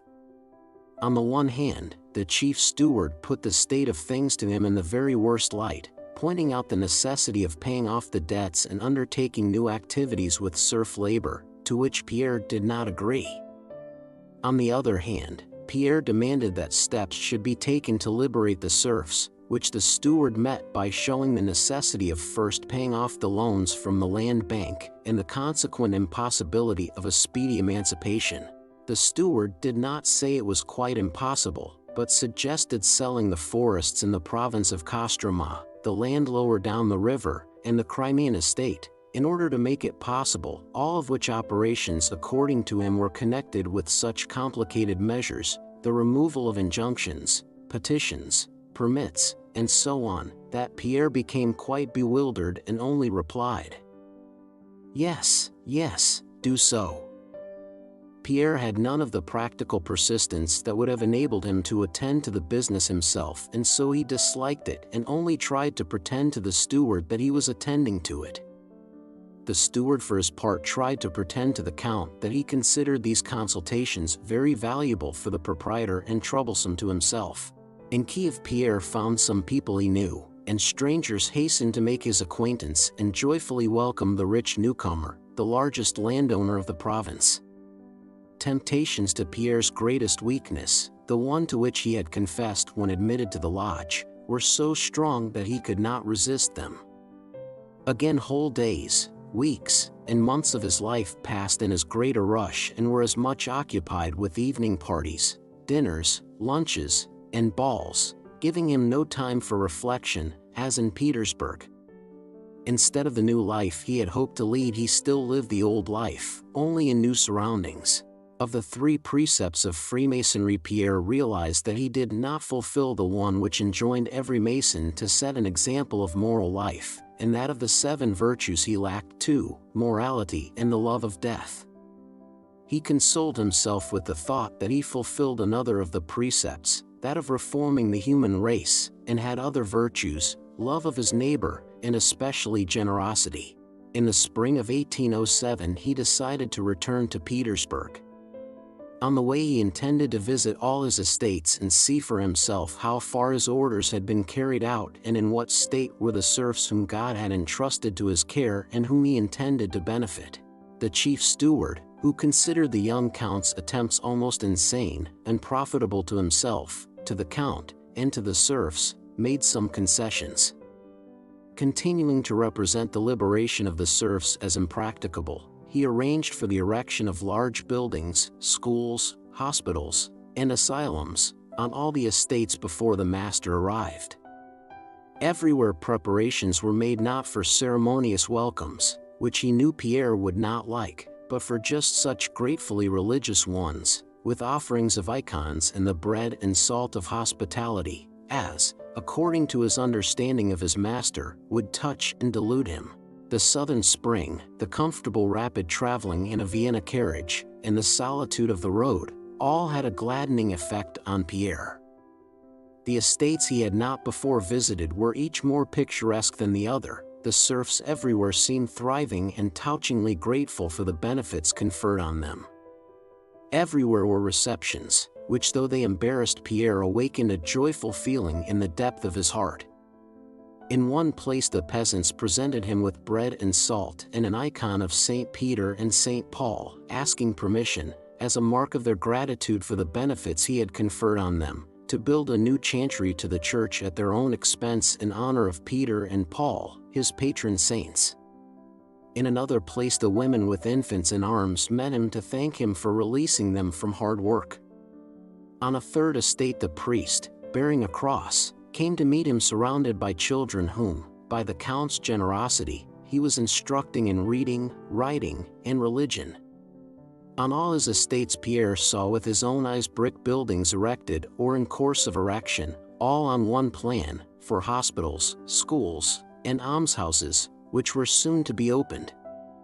Everywhere he saw the steward's accounts, according to which the serfs' manorial labor had been diminished, and heard the touching thanks of deputations of serfs in their full-skirted blue coats.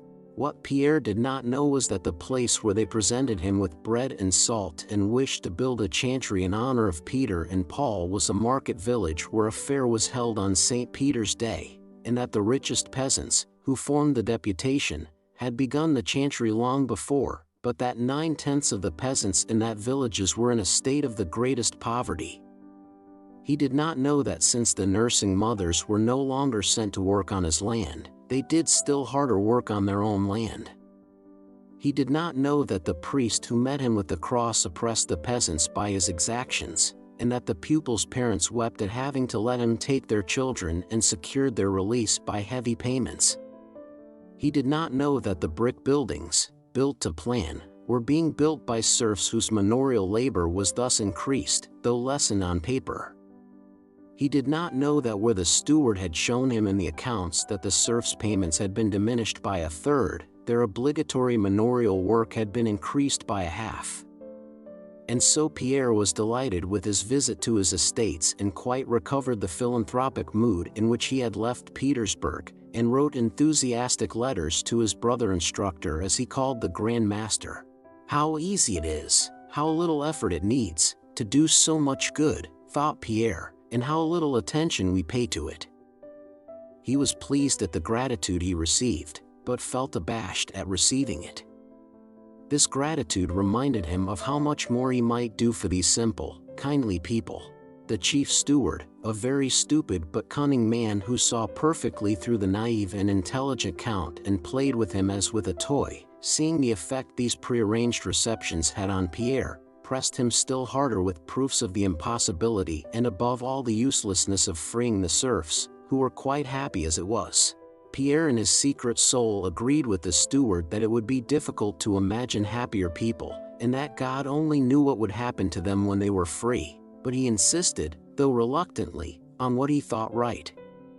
The steward promised to do all in his power to carry out the count's wishes, seeing clearly that not only would the count never be able to find out whether all measures had been taken for the sale of the land and forests and to release them from the land bank, but would probably never even inquire and would never know that the newly erected buildings were standing empty and that the serfs continued to give in money and work all that other people's serfs gave, that is to say, all that could be got out of them. Chapter 11.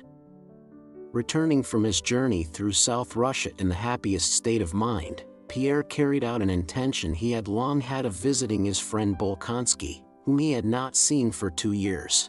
Bogucharovo lay in a flat, uninteresting part of the country among fields and forests of fir and birch, which were partly cut down. The house lay behind a newly dug pond filled with water to the brink and with banks still bare of grass. It was at the end of a village that stretched along the highroad in the midst of a young copse in which were a few fir trees. The homestead consisted of a threshing floor, outhouses, stables, a bathhouse, a lodge, and a large brick house with semicircular facade still in course of construction. Round the house was a garden newly laid out. The fences and gates were new and solid, 2 fire pumps and a water cart, painted green, stood in a shed. The paths were straight, the bridges were strong and had handrails. Everything bore an impressive tidiness and good management. Some domestic serfs Pierre met, in reply to inquiries as to where the prince lived, pointed out a small newly built lodge close to the pond. Anton, a man who had looked after Prince Andrew in his boyhood, helped Pierre out of his carriage, said that the prince was at home, and showed him into a clean little anteroom. Pierre was struck by the modesty of the small though clean house after the brilliant surroundings in which he had last met his friend in Petersburg. He quickly entered the small reception room with its still unplastered wooden walls redolent of pine, and would have gone farther, but Anton ran ahead on tiptoe and knocked at a door. "Well, what is it?" came a sharp, unpleasant voice. "A visitor," answered Anton. "Ask him to wait," and the sound was heard of a chair being pushed back. Pierre went with rapid steps to the door and suddenly came face to face with Prince Andrew, who came out frowning and looking old. Pierre embraced him and lifting his spectacles kissed his friend on the cheek and looked at him closely. "Well, I did not expect you. I am very glad," said Prince Andrew. Pierre said nothing. He looked fixedly at his friend with surprise. He was struck by the change in him. His words were kindly and there was a smile on his lips and face, but his eyes were dull and lifeless, and in spite of his evident wish to do so he could not give them a joyous and glad sparkle.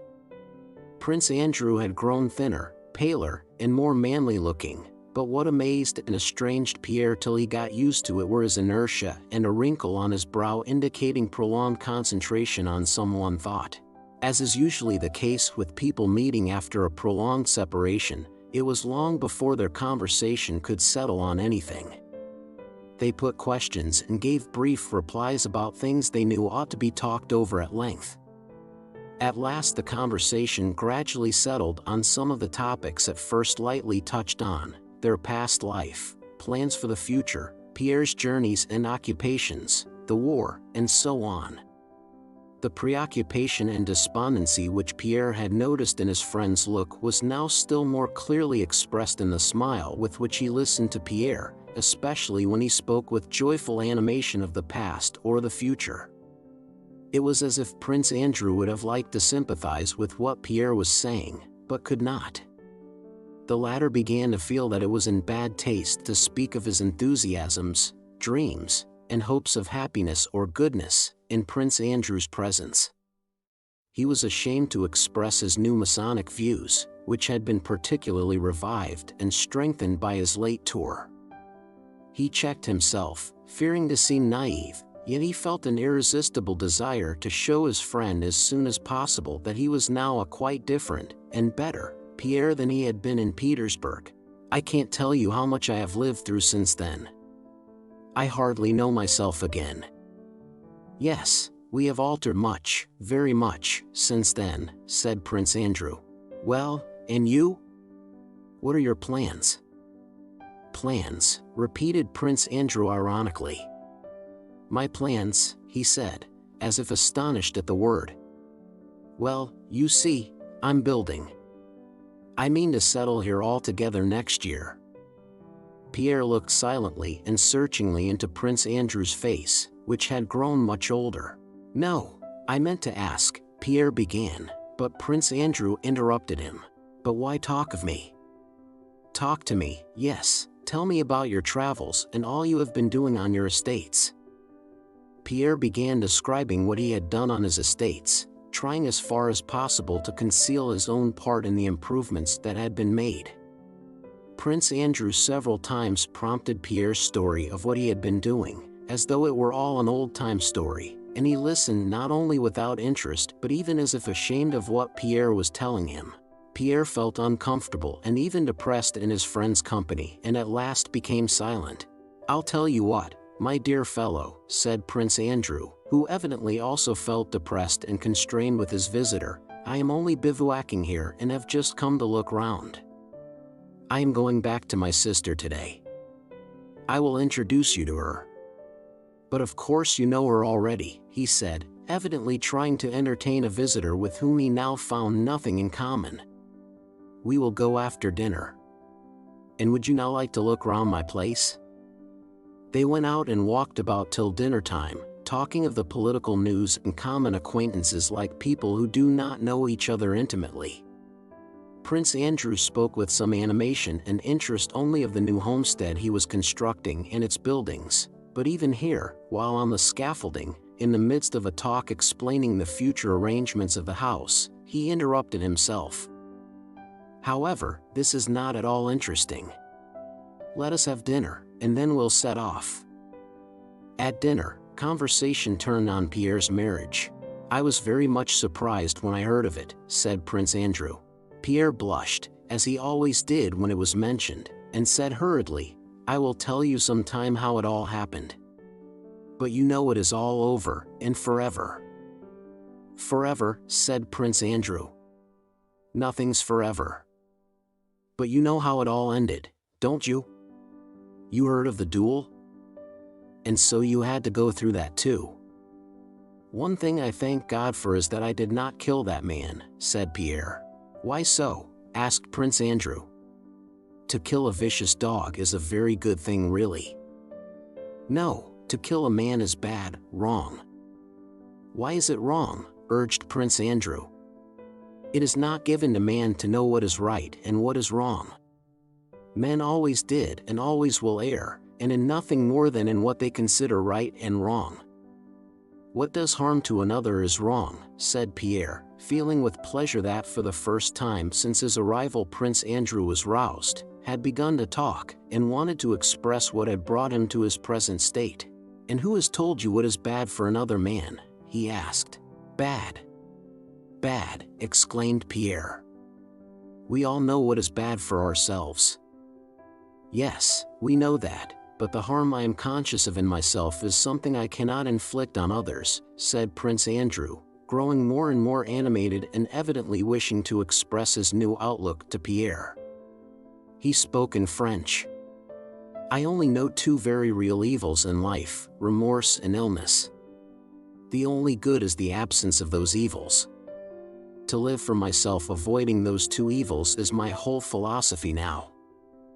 "And love of one's neighbor, and self-sacrifice," began Pierre. "No, I can't agree with you. To live only so as not to do evil and not to have to repent is not enough. I live like that, I live for myself and ruin my life. And only now when I am living, or at least trying," Pierre's modesty made him correct himself, "to live for others, only now have I understood all the happiness of life." "No, I shall not agree with you, and you do not really believe what you are saying." Prince Andrew looked silently at Pierre with an ironic smile.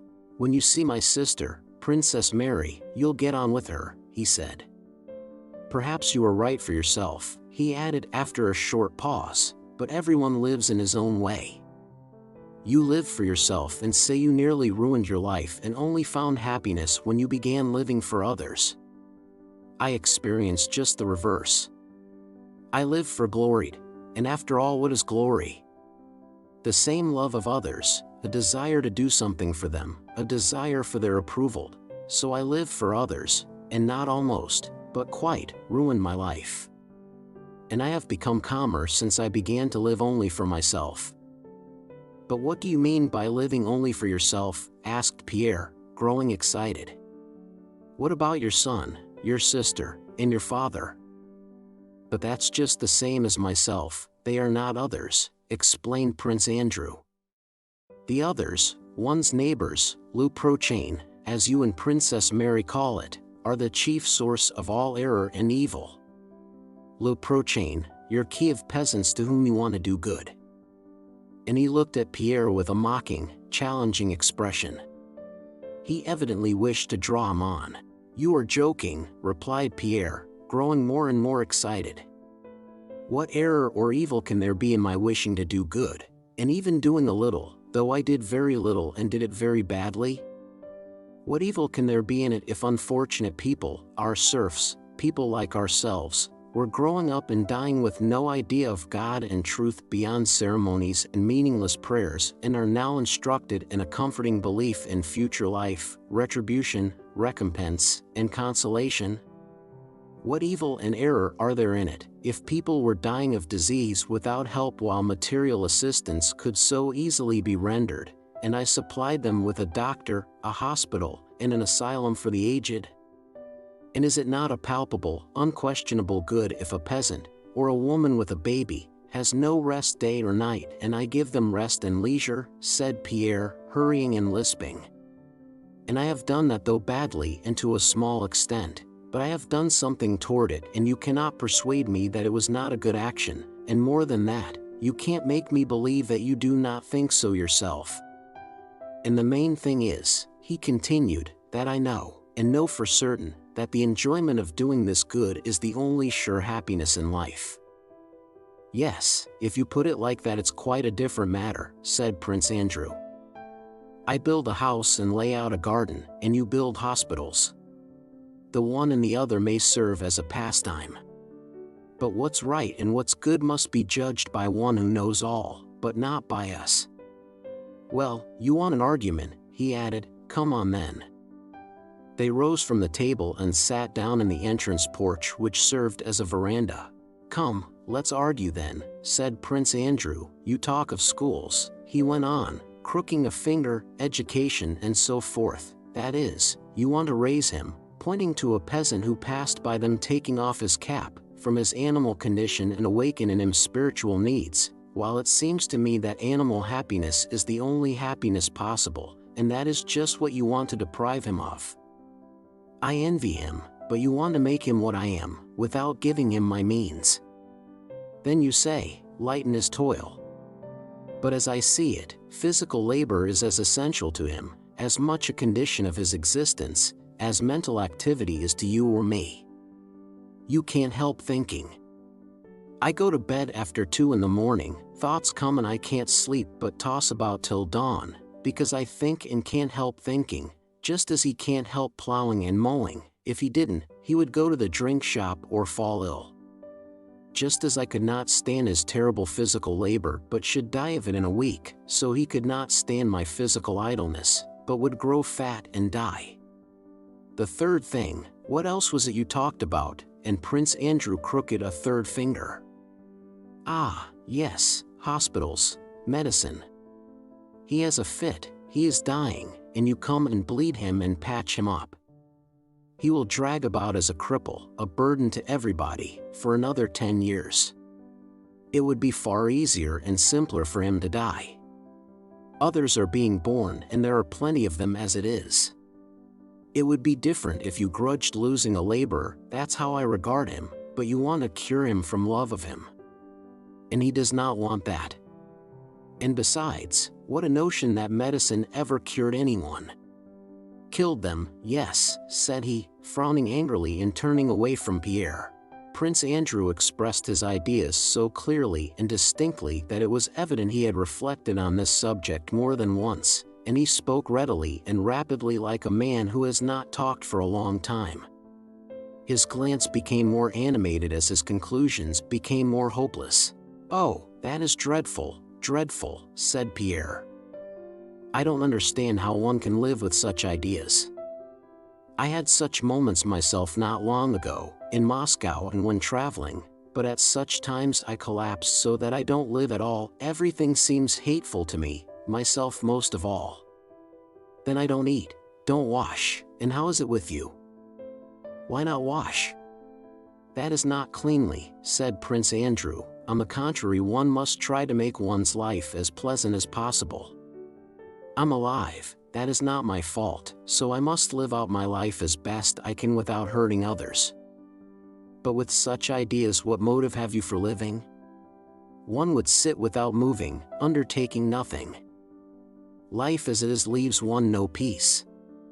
I should be thankful to do nothing, but here on the one hand the local nobility have done me the honor to choose me to be their marshal. It was all I could do to get out of it.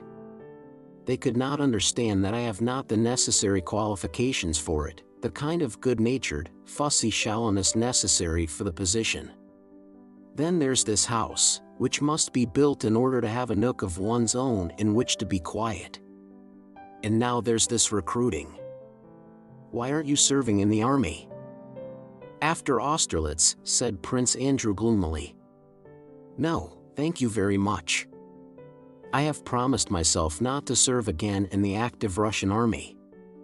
And I won't, not even if Bonaparte were here at Smolensk threatening Bald Hills, even then I wouldn't serve in the Russian army.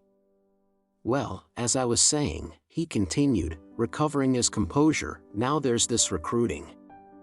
My father is chief in command of the 3rd District, and my only way of avoiding active service is to serve under him. Then you are serving? I am. He paused a little while. And why do you serve? Why, for this reason. My father is one of the most remarkable men of his time. But he is growing old, and though not exactly cruel, he has too energetic a character. He is so accustomed to unlimited power that he is terrible, and now he has this authority of a commander-in-chief of the recruiting, granted by the emperor. If I had been 2 hours late a fortnight ago, he would have had a paymaster's clerk at Yakovna hanged, said Prince Andrew with a smile. So I am serving because I alone have any influence with my father, and now and then can save him from actions which would torment him afterwards. Well, there you see. Yes, but it is not as you imagine, Prince Andrew continued. I did not, and do not, in the least care about that scoundrel of a clerk who had stolen some boots from the recruits. I should even have been very glad to see him hanged, but I was sorry for my father, that again is for myself. Prince Andrew grew more and more animated. His eyes glittered feverishly while he tried to prove to Pierre that in his actions there was no desire to do good to his neighbor. There now, you wish to liberate your serfs, he continued, that is a very good thing, but not for you. I don't suppose you ever had anyone flogged or sent to Siberia, and still less for your serfs. If they are beaten, flogged, or sent to Siberia, I don't suppose they are any the worse off. In Siberia they lead the same animal life, and the stripes on their bodies heal, and they are happy as before. But it is a good thing for proprietors who perish morally, bring remorse upon themselves, stifle this remorse and grow callous, as a result of being able to inflict punishments justly and unjustly. It is those people I pity, and for their sake I should like to liberate the serfs. You may not have seen, but I have seen, how good men brought up in those traditions of unlimited power, in time when they grow more irritable, become cruel and harsh, are conscious of it, but cannot restrain themselves and grow more and more miserable. Prince Andrew spoke so earnestly that Pierre could not help thinking that these thoughts had been suggested to Prince Andrew by his father's case. He did not reply. So that's what I'm sorry for, human dignity, peace of mind, purity, and not the serfs' backs and foreheads, which, beat and shave as you may, always remain the same backs and foreheads. No, no. 1,000 times no. I shall never agree with you, said Pierre. Chapter 12. In the evening Andrew and Pierre got into the open carriage and drove to Bald Hills. Prince Andrew, glancing at Pierre, broke the silence now and then with remarks which showed that he was in a good temper. Pointing to the fields, he spoke of the improvements he was making in his husbandry. Pierre remained gloomily silent, answering in monosyllables and apparently immersed in his own thoughts. He was thinking that Prince Andrew was unhappy, had gone astray, did not see the true light, and that he, Pierre, ought to aid, enlighten, and raise him. But as soon as he thought of what he should say, he felt that Prince Andrew with one word, one argument, would upset all his teaching, and he shrank from beginning, afraid of exposing to possible ridicule what to him was precious and sacred. No. But why do you think so? Pierre suddenly began, lowering his head and looking like a bull about to charge. Why do you think so? You should not think so. Think? What about? Asked Prince Andrew with surprise. About life, about man's destiny. It can't be so. I myself thought like that, and do you know what saved me? Freemasonry. No, don't smile. Freemasonry is not a religious ceremonial sect, as I thought it was, Freemasonry is the best expression of the best, the eternal, aspects of humanity. And he began to explain Freemasonry as he understood it to Prince Andrew.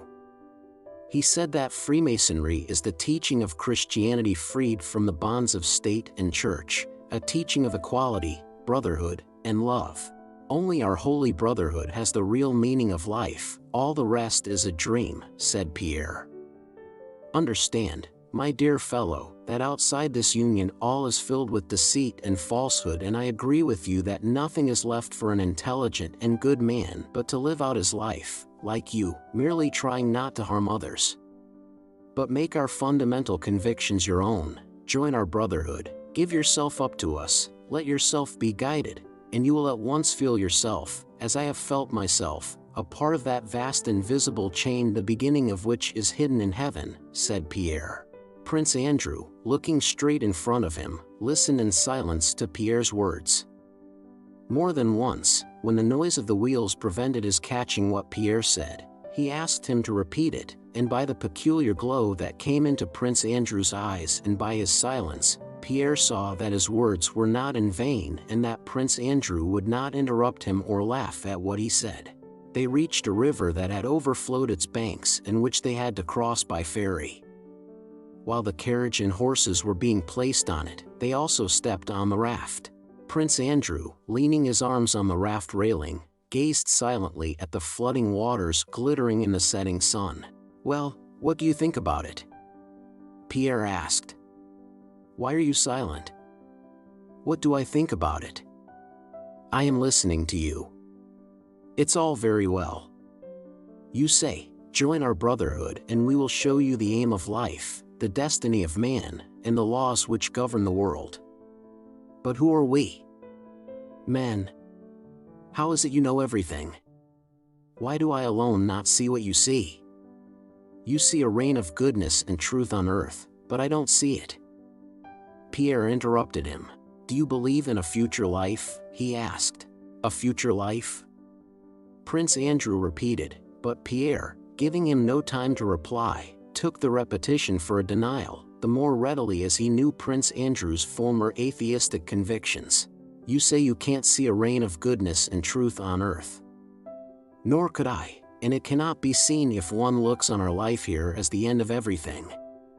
On earth, here on this earth," Pierre pointed to the fields, "there is no truth, all is false and evil, but in the universe, in the whole universe there is a kingdom of truth, and we who are now the children of earth are, eternally, children of the whole universe.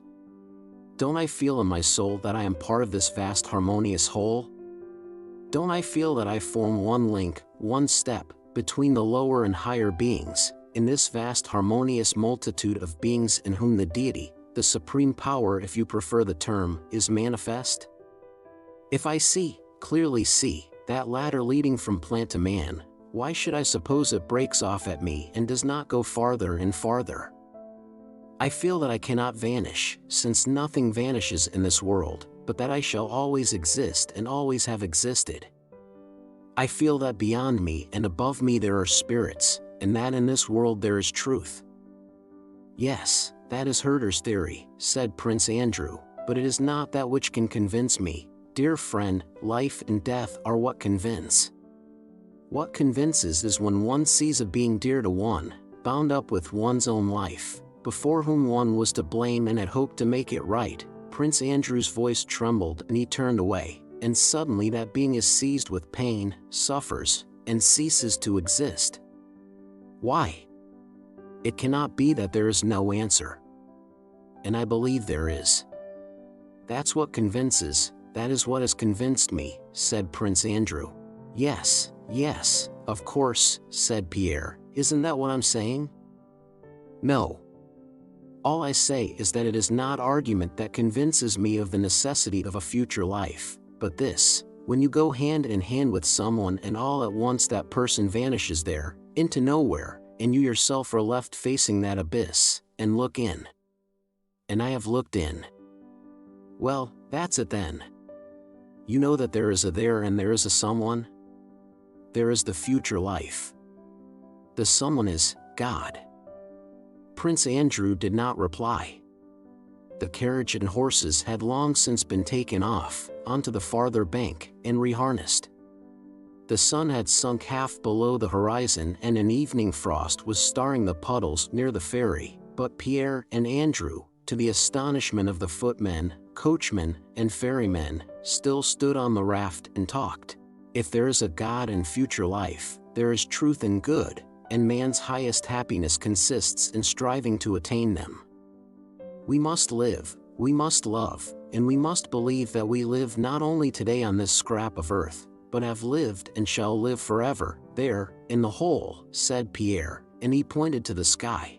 Prince Andrew stood leaning on the railing of the raft listening to Pierre, and he gazed with his eyes fixed on the red reflection of the sun gleaming on the blue waters. There was perfect stillness. Pierre became silent. The raft had long since stopped and only the waves of the current beat softly against it below. Prince Andrew felt as if the sound of the waves kept up a refrain to Pierre's words, whispering, "It is true, believe it." He sighed, and glanced with a radiant, childlike, tender look at Pierre's face, flushed and rapturous, but yet shy before his superior friend. "Yes, if it only were so," said Prince Andrew. "However, it is time to get on," he added, and, stepping off the raft, he looked up at the sky to which Pierre had pointed, and for the first time since Austerlitz saw that high, everlasting sky he had seen while lying on that battlefield, and something that had long been slumbering, something that was best within him, suddenly awoke, joyful and youthful, in his soul. It vanished as soon as he returned to the customary conditions of his life, but he knew that this feeling which he did not know how to develop existed within him. His meeting with Pierre formed an epoch in Prince Andrew's life. Though outwardly he continued to live in the same old way, inwardly he began a new life. Chapter 13. It was getting dusk when Prince Andrew and Pierre drove up to the front entrance of the house at Bald Hills. As they approached the house, Prince Andrew with a smile drew Pierre's attention to a commotion going on at the back porch. A woman, bent with age, with a wallet on her back, and a short, long-haired, young man in a black garment had rushed back to the gate on seeing the carriage driving up. Two women ran out after them, and all four, looking round at the carriage, ran in dismay up the steps of the back porch. "Those are Mary's God's folk," said Prince Andrew. "They have mistaken us for my father. This is the one matter in which she disobeys him. He orders these pilgrims to be driven away, but she receives them." "But what are God's folk?" asked Pierre. Prince Andrew had no time to answer. The servants came out to meet them, and he asked where the old prince was and whether he was expected back soon. The old prince had gone to the town and was expected back any minute. Prince Andrew led Pierre to his own apartments, which were always kept in perfect order and readiness for him in his father's house. He himself went to the nursery. "Let us go and see my sister," he said to Pierre when he returned. "I have not found her yet. She is hiding now, sitting with her God's folk. It will serve her right. She will be confused, but you will see her God's folk. It's really very curious." "What are God's folk?" asked Pierre. "Come, and you'll see for yourself." Princess Mary really was disconcerted and red patches came on her face when they went in. In her snug room, with lamps burning before the icon stand, a young lad with a long nose and long hair, wearing a monk's cassock, sat on the sofa beside her, behind a samovar. Near them, in an armchair, sat a thin, shriveled, old woman, with a meek expression on her childlike face. "Andrew, why didn't you warn me?" said the princess, with mild reproach, as she stood before her pilgrims like a hen before her chickens. "Charmé de vous voir. Je suis très contente de vous voir," she said to Pierre as he kissed her hand. She had known him as a child, and now his friendship with Andrew, his misfortune with his wife, and above all his kindly, simple face disposed her favorably toward him. She looked at him with her beautiful radiant eyes and seemed to say, "I like you very much, but please don't laugh at my people."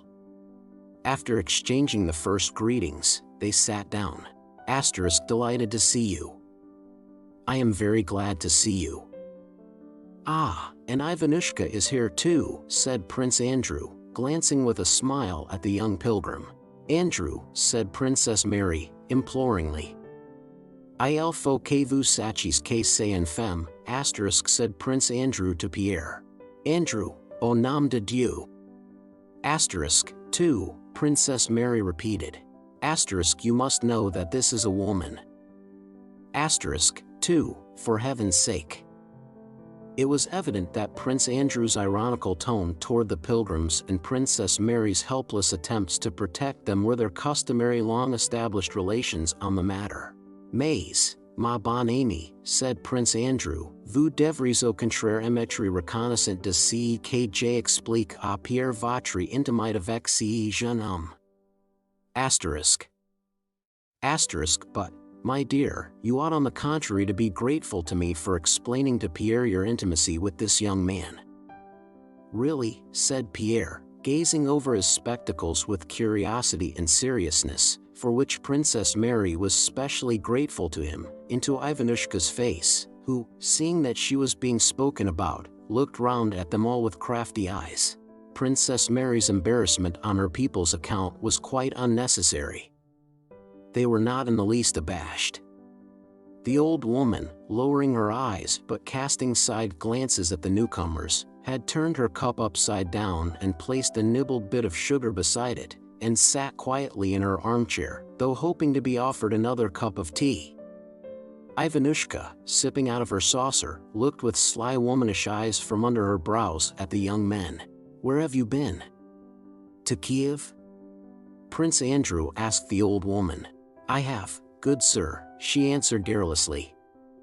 Just at Christmas time I was deemed worthy to partake of the holy and heavenly sacrament at the shrine of the saint. And now I'm from Kalyazin, master, where a great and wonderful blessing has been revealed. And was Ivanushka with you? I go by myself, benefactor, said Ivanushka, trying to speak in a bass voice. I only came across Pelagia in Yuknovo. Pelagia interrupted her companion. She evidently wished to tell what she had seen. In Kalyazin, master, a wonderful blessing has been revealed. What is it? Some new relics? Asked Prince Andrew. Andrew, do leave off, said Princess Mary. Don't tell him, Pelagia. No. Why not, my dear, why shouldn't I? I like him. He is kind, he is one of God's chosen, he's a benefactor, he once gave me 10 rubles, I remember. When I was in Kiev, crazy Cyril says to me, he's one of God's own and goes barefoot summer and winter, he says, why are you not going to the right place? Go to Kalyazin where a wonder-working icon of the Holy Mother of God has been revealed. On hearing those words I said goodbye to the holy folk and went. All were silent, only the pilgrim woman went on in measured tones, drawing in her breath. So I come, master, and the people say to me, a great blessing has been revealed, holy oil trickles from the cheeks of our blessed Mother, the Holy Virgin Mother of God. All right, you can tell us afterwards, said Princess Mary, flushing. Let me ask her, said Pierre. Did you see it yourselves? He inquired. Oh, yes, master, I was found worthy. Such a brightness on the face like the light of heaven, and from the Blessed Mother's cheek it drops and drops. But, dear me, that must be a fraud, said Pierre, naively, who had listened attentively to the pilgrim. Oh, master, what are you saying? Exclaimed the horrified Pelagia, turning to Princess Mary for support. They impose on the people, he repeated. Lord Jesus Christ, exclaimed the pilgrim woman, crossing herself. Oh, don't speak so, master. There was a general who did not believe, and said, the monks cheat, and as soon as he'd said it he went blind. And he dreamed that the Holy Virgin Mother of the Kiev catacombs came to him and said, believe in me and I will make you whole. So he begged, take me to her, take me to her. It's the real truth I'm telling you, I saw it myself. So he was brought, quite blind, straight to her, and he goes up to her and falls down and says, "Make me whole," says he, "and I'll give thee what the Tsar bestowed on me." I saw it myself, master, the star is fixed into the icon. Well, and what do you think? He received his sight.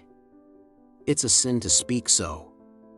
God will punish you, she said admonishingly, turning to Pierre. How did the star get into the icon? Pierre asked. And was the Holy Mother promoted to the rank of general, said Prince Andrew, with a smile. Pelagia suddenly grew quite pale and clasped her hands. "Oh, master, master, what a sin! And you who have a son," she began, her pallor suddenly turning to a vivid red. "Master, what have you said? God forgive you."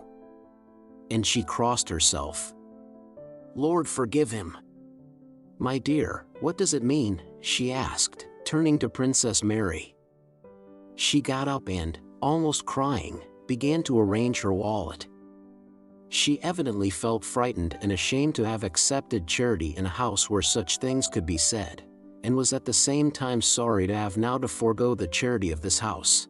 "Now, why need you do it?" said Princess Mary. "Why did you come to me?" "Come, Pelagia. I was joking," said Pierre. "Princess, ma parole, je pas voulu l'offenser." I did not mean anything, I was only joking, he said, smiling shyly and trying to efface his offense. "It was all my fault, and Andrew was only joking." Princess, on my word, I did not wish to offend her. Pelagia stopped doubtfully, but in Pierre's face there was such a look of sincere penitence, and Prince Andrew glanced so meekly now at her and now at Pierre, that she was gradually reassured. Chapter 14. The pilgrim woman was appeased and, being encouraged to talk, gave a long account of Father Amphilochus, who led so holy a life that his hands smelled of incense, and how on her last visit to Kiev some monk she knew let her have the keys of the catacombs, and how she, taking some dried bread with her, had spent 2 days in the catacombs with the saints. "I'd pray a while to one, ponder a while, then go on to another.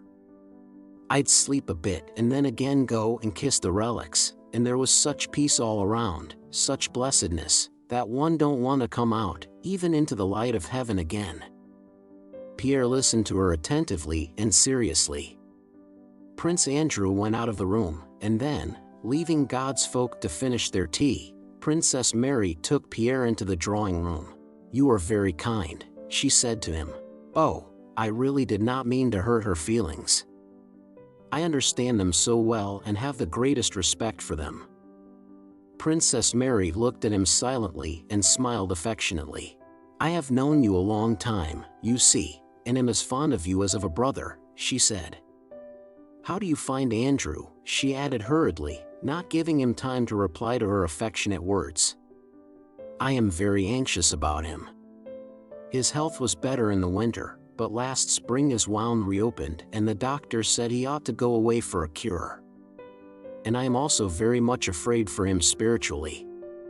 He is not a character like us women who, when we suffer, can weep away our sorrows. He keeps it all within him. Today he is cheerful and in good spirits, but that is the effect of your visit. He is not often like that. If you could persuade him to go abroad. He needs activity, and this quiet regular life is very bad for him. Others don't notice it, but I see it." Toward 10 o'clock the men servants rushed to the front door, hearing the bells of the old prince's carriage approaching. Prince Andrew and Pierre also went out into the porch.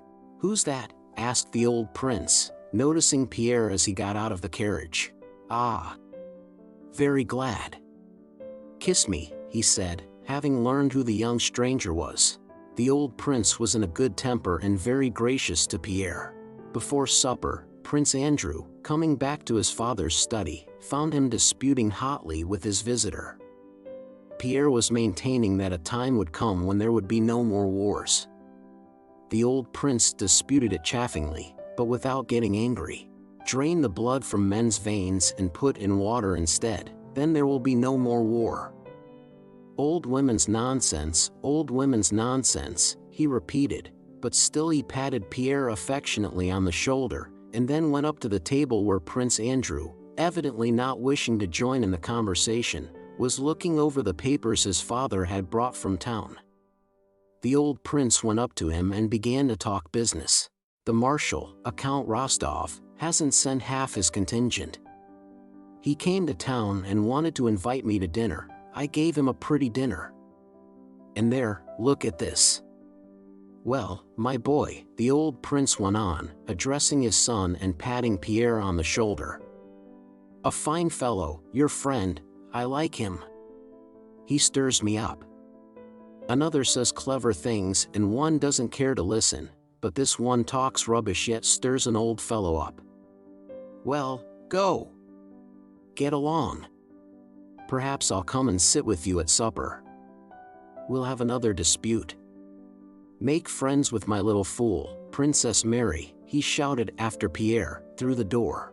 Only now, on his visit to Bald Hills, did Pierre fully realize the strength and charm of his friendship with Prince Andrew. That charm was not expressed so much in his relations with him as with all his family and with the household. With the stern old prince and the gentle, timid Princess Mary, though he had scarcely known them, Pierre at once felt like an old friend. They were all fond of him already. Not only Princess Mary, who had been won by his gentleness with the pilgrims, gave him her most radiant looks, but even the one-year-old Prince Nicholas, as his grandfather called him, smiled at Pierre and let himself be taken in his arms, and Michael Ivanovich and Mademoiselle Bourienne looked at him with pleasant smiles when he talked to the old prince. The old prince came in to supper. This was evidently on Pierre's account. And during the 2 days of the young man's visit he was extremely kind to him and told him to visit them again. When Pierre had gone and the members of the household met together, they began to express their opinions of him as people always do after a new acquaintance has left, but as seldom happens, no one said anything but what was good of him. Chapter 15. When returning from his leave, Rostov felt, for the first time, how close was the bond that united him to Denisov and the whole regiment. On approaching it, Rostov felt as he had done when approaching his home in Moscow. When he saw the first hussar with the unbuttoned uniform of his regiment, when he recognized red-haired Dementiev and saw the picket ropes of the roan horses, when Lavrushka gleefully shouted to his master, "The Count has come," and Denisov, who had been asleep on his bed, ran all disheveled out of the mud hut to embrace him, and the officers collected round to greet the new arrival, Rostov experienced the same feeling as when his mother, his father, and his sister had embraced him, and tears of joy choked him so that he could not speak. The regiment was also a home, and as unalterably dear and precious as his parents' house.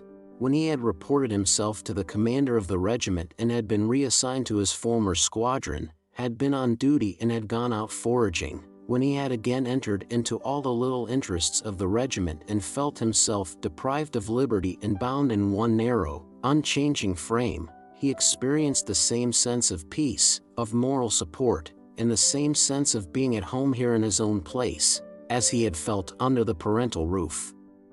But here was none of all that turmoil of the world at large, where he did not know his right place and took mistaken decisions. Here was no Sonia with whom he ought, or ought not, to have an explanation.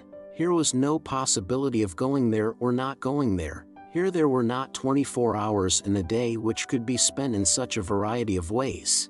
There was not that innumerable crowd of people of whom not one was nearer to him or farther from him than another. There were none of those uncertain and undefined money relations with his father, and nothing to recall that terrible loss to Dolokhov.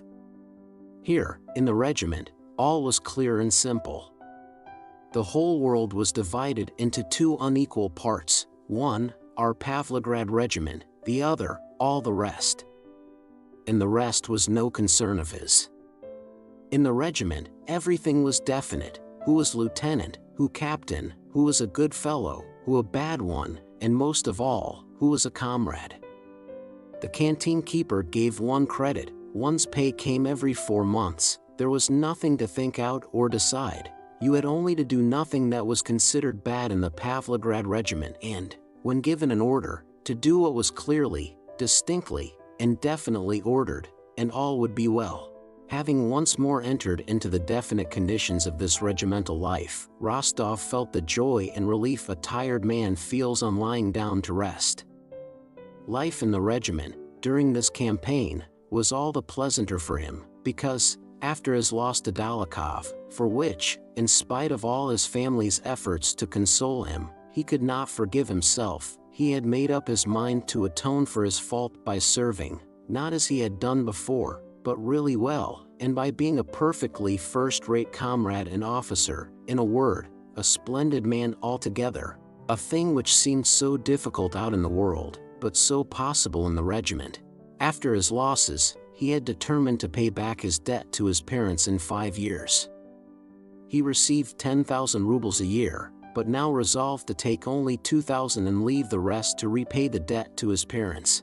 Our army, after repeated retreats and advances in battles at Poltusk and Przashelau, was concentrated near Bartenstein. It was awaiting the emperor's arrival and the beginning of a new campaign. The Pavlograd regiment, belonging to that part of the army which had served in the 1805 campaign, had been recruiting up to strength in Russia, and arrived too late to take part in the first actions of the campaign. It had been neither at Poltusk nor at Przashelau, and, when it joined the army in the field in the second half of the campaign, was attached to Platov's division. Platov's division was acting independently of the main army. Several times parts of the Pavlograd regiment had exchanged shots with the enemy, had taken prisoners, and once had even captured Marshal Oudinot's carriages. In April the Pavlograds were stationed immovably for some weeks near a totally ruined and deserted German village. A thaw had set in, it was muddy and cold, the ice on the river broke, and the roads became impassable. For days neither provisions for the men nor fodder for the horses had been issued. As no transports could arrive, the men dispersed about the abandoned and deserted villages, searching for potatoes, but found few even of these. Everything had been eaten up and the inhabitants had all fled. If any remained, they were worse than beggars and nothing more could be taken from them. Even the soldiers, usually pitiless enough, instead of taking anything from them, often gave them the last of their rations. The Pavlograd regiment had had only 2 men wounded in action, but had lost nearly half its men from hunger and sickness. In the hospitals, death was so certain that soldiers suffering from fever, or the swelling that came from bad food, preferred to remain on duty, and hardly able to drag their legs went to the front rather than to the hospitals. When spring came on, the soldiers found a plant just showing out of the ground that looked like asparagus, which, for some reason, they called Mashka's sweet root. It was very bitter, but they wandered about the field seeking it and dug it out with their sabers and ate it, though they were ordered not to do so, as it was a noxious plant. That spring a new disease broke out among the soldiers, a swelling of the arms, legs, and face, which the doctors attributed to eating this root. But in spite of all this, the soldiers of Denisov's squadron fed chiefly on Mashka's sweet root, because it was the second week that the last of the biscuits were being doled out at the rate of half a pound a man and the last potatoes received had sprouted and frozen. The horses also had been fed for a fortnight on straw from the thatched roofs and had become terribly thin, though still covered with tufts of felty winter hair. Despite this destitution, the soldiers and officers went on living just as usual. Despite their pale swollen faces and tattered uniforms, the hussars formed line for roll call, kept things in order, groomed their horses, polished their arms, brought in straw from the thatched roofs in place of fodder, and sat down to dine round the cauldrons from which they rose up hungry, joking about their nasty food and their hunger. As usual, in their spare time, they lit bonfires, steamed themselves before them naked, smoked, picked out and baked sprouting rotten potatoes, told and listened to stories of Potemkin's and Suvorov's campaigns, or to legends of Elisha the Sly, or the priest's laborer Mikolka. The officers, as usual, lived in 2s and 3s in the roofless, half-ruined houses. The seniors tried to collect straw and potatoes and, in general, food for the men. The younger ones occupied themselves as before, some playing cards. There was plenty of money, though there was no food, some with more innocent games, such as quoits and skittles. The general trend of the campaign was rarely spoken of, partly because nothing certain was known about it, partly because there was a vague feeling that in the main it was going badly. Rostov lived, as before, with Denisov, and since their furlough they had become more friendly than ever. Denisov never spoke of Rostov's family, but by the tender friendship his commander showed him, Rostov felt that the elder hussar's luckless love for Natasha played a part in strengthening their friendship. Denisov evidently tried to expose Rostov to danger as seldom as possible, and after an action greeted his safe return with evident joy. On one of his foraging expeditions, in a deserted and ruined village to which he had come in search of provisions, Rostov found a family consisting of an old Pole and his daughter with an infant in arms. They were half-clad, hungry, too weak to get away on foot, and had no means of obtaining a conveyance. Rostov brought them to his quarters, placed them in his own lodging, and kept them for some weeks while the old man was recovering. One of his comrades, talking of women, began chaffing Rostov, saying that he was more wily than any of them and that it would not be a bad thing if he introduced to them the pretty Polish girl he had saved. Rostov took the joke as an insult, flared up, and said such unpleasant things to the officer that it was all Denisov could do to prevent a duel.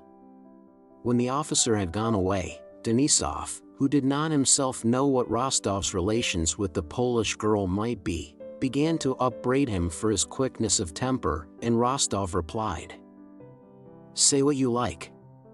She is like a sister to me, and I can't tell you how it offended me, because, well, for that reason." Denisov patted him on the shoulder and began rapidly pacing the room without looking at Rostov, as was his way at moments of deep feeling.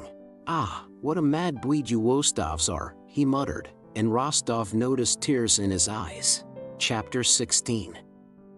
In April the troops were enlivened by news of the Emperor's arrival, but Rostov had no chance of being present at the review he held at Bartenstein, as the Pavlograds were at the outposts far beyond that place.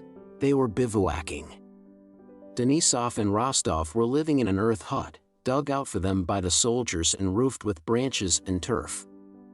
The hut was made in the following manner, which had then come into vogue. A trench was dug 3.5 feet wide, 4 feet 8 inches deep, and 8 feet long. At one end of the trench, steps were cut out and these formed the entrance and vestibule. The trench itself was the room in which the lucky ones, such as the squadron commander, had a board, lying on piles at the end opposite the entrance, to serve as a table. On each side of the trench, the earth was cut out to a breadth of about 2.5 feet, and this did duty for bedsteads and couches. The roof was so constructed that one could stand up in the middle of the trench and could even sit up on the beds if one drew close to the table.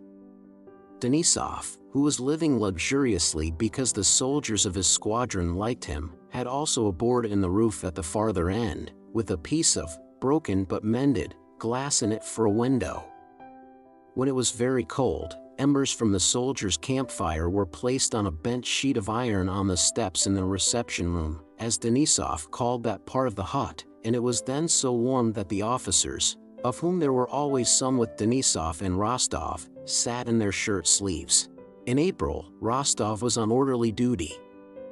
One morning, between 7 and 8, returning after a sleepless night, he sent for embers, changed his rain-soaked underclothes, said his prayers, drank tea, got warm, then tidied up the things on the table and in his own corner, and, his face glowing from exposure to the wind and with nothing on but his shirt, lay down on his back, putting his arms under his head.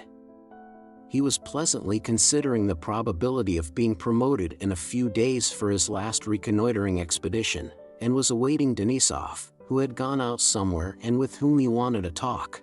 Suddenly he heard Denisov shouting in a vibrating voice behind the hut, evidently much excited. Rostov moved to the window to see whom he was speaking to, and saw the quartermaster, Topchenko. I ordered you not to let them eat that Moshkowut stuff. Denisov was shouting. And I saw with my own eyes how Lazarchuk bought some from the fields. I have given the order again and again, Your Honor, but they don't obey, answered the quartermaster. Rostov lay down again on his bed and thought complacently, let him fuss and bustle now, my job's done and I'm lying down, capitally. He could hear that Lavrushka, that sly, bold orderly of Denisov's, was talking, as well as the quartermaster. Lavrushka was saying something about loaded wagons, biscuits, and oxen he had seen when he had gone out for provisions. Then Denisov's voice was heard shouting farther and farther away. Saddle. Second platoon. Where are they off to now, thought Rostov. 5 minutes later, Denisov came into the hut, climbed with muddy boots on the bed, lit his pipe, furiously scattered his things about, took his leaded whip, buckled on his saber, and went out again. In answer to Rostov's inquiry where he was going, he answered vaguely and crossly that he had some business. Let God and our Gwet monarch judge me afterwards, said Denisov going out, and Rostov heard the hoofs of several horses splashing through the mud. He did not even trouble to find out where Denisov had gone. Having got warm in his corner, he fell asleep and did not leave the hut till toward evening. Denisov had not yet returned. The weather had cleared up, and near the next hut 2 officers and a cadet were playing sveka, laughing as they threw their missiles which buried themselves in the soft mud. Rostov joined them. In the middle of the game, the officers saw some wagons approaching with 15 hussars on their skinny horses behind them. The wagons escorted by the hussars drew up to the picket ropes and a crowd of hussars surrounded them. There now, Denisov has been worrying, said Rostov, and here are the provisions. So they are, said the officers. Won't the soldiers be glad? A little behind the hussars came Denisov, accompanied by 2 infantry officers with whom he was talking. Rostov went to meet them. I warn you, Captain, one of the officers, a short thin man, evidently very angry, was saying. Haven't I told you I won't give them up, replied Denisov. You will answer for it, Captain. It is mutiny, seizing the transport of one's own army. Our men have had nothing to eat for 2 days. And mine have had nothing for 2 weeks, said Denisov. It is robbery. You'll answer for it, sir, said the infantry officer, raising his voice. Now, what are you pestering me for? Cried Denisov, suddenly losing his temper. I shall answer for it and not you, and you'd better not buzz about here till you get hurt. Be off. Go, he shouted at the officers. Very well, then, shouted the little officer, undaunted and not riding away. If you are determined to rob, I'll go to the devil. Quick Masih, while you're safe and sound, and Denisov turned his horse on the officer. Very well, muttered the officer, threateningly, and turning his horse he trotted away, jolting in his saddle. A dog asked why to fence. A will dog asked why to fence, shouted Denisov after him, the most insulting expression a cavalryman can address to a mounted infantryman, and riding up to Rostov, he burst out laughing. I've taken transports from the infantry by force, he said. After all, can't let our men starve. The wagons that had reached the hussars had been consigned to an infantry regiment, but learning from Lavrushka that the transport was unescorted, Denisov with his hussars had seized it by force. The soldiers had biscuits dealt out to them freely, and they even shared them with the other squadrons. The next day the regimental commander sent for Denisov, and holding his fingers spread out before his eyes said, This is how I look at this affair. I know nothing about it and won't begin proceedings, but I advise you to ride over to the staff and settle the business there in the commissariat department and if possible sign a receipt for such and such stores received. If not, as the demand was booked against an infantry regiment, there will be a row and the affair may end badly. From the regimental commanders, Denisov rode straight to the staff with a sincere desire to act on this advice. In the evening he came back to his dugout in a state such as Rostov had never yet seen him in. Denisov could not speak and gasped for breath. When Rostov asked what was the matter, he only uttered some incoherent oaths and threats in a hoarse, feeble voice. Alarmed at Denisov's condition, Rostov suggested that he should undress, drink some water, and send for the doctor. "Twy me for wobbly, oh! Some more water. Let them twy me, but I'll always twash scoundwells, and I'll tell the impuo." "Ice," he muttered. The regimental doctor, when he came, said it was absolutely necessary to bleed Denisov. A deep saucer of black blood was taken from his hairy arm, and only then was he able to relate what had happened to him. "I get there," began Denisov. "Now then, where's your chief's quarters?" They were pointed out. "Please to wait. I've ridden 20 miles and have duties to attend to and no time to wait. Announce me." Viewy well, so out comes their head chief, also took it into his head to lecture me. "It's wobbly. Wobbly, I say, is not done by man who seizes provisions to feed his soldiers, but by him who takes them to fill his own pockets. Will you please be silent?" Viewy good. Then he says, "Go and give a receipt to the commissioner, but your affair will be passed on to headquarters." I go to the commissioner. I enter, and at the table, who do you think? "No, but wait a bit. Who is it that's starving us?" shouted Denisov, hitting the table with the fist of his newly bled arm so violently that the table nearly broke down and the tumblers on it jumped about. "Telyanin." "What? So it's you who's starving us to death? Is it? Take this and this," and I hit him so pat, straight on his snout. "Ah, what a, and I sta Ted washing him." "Well, I've had a bit of fun, I can tell you," cried Denisov, gleeful and yet angry, his white teeth showing under his black mustache. "I'd have killed him if they hadn't taken him away." "But what are you shouting for?" "Calm yourself," said Rostov. "You've set your arm bleeding afresh. Wait, we must tie it up again." Denisov was bandaged up again and put to bed. Next day he woke calm and cheerful, but at noon the adjutant of the regiment came into Rostov's and Denisov's dugout with a grave and serious face and regretfully showed them a paper addressed to Major Denisov from the regimental commander in which inquiries were made about yesterday's occurrence. The adjutant told them that the affair was likely to take a very bad turn, that a court-martial had been appointed, and that in view of the severity with which marauding and insubordination were now regarded, degradation to the ranks would be the best that could be hoped for.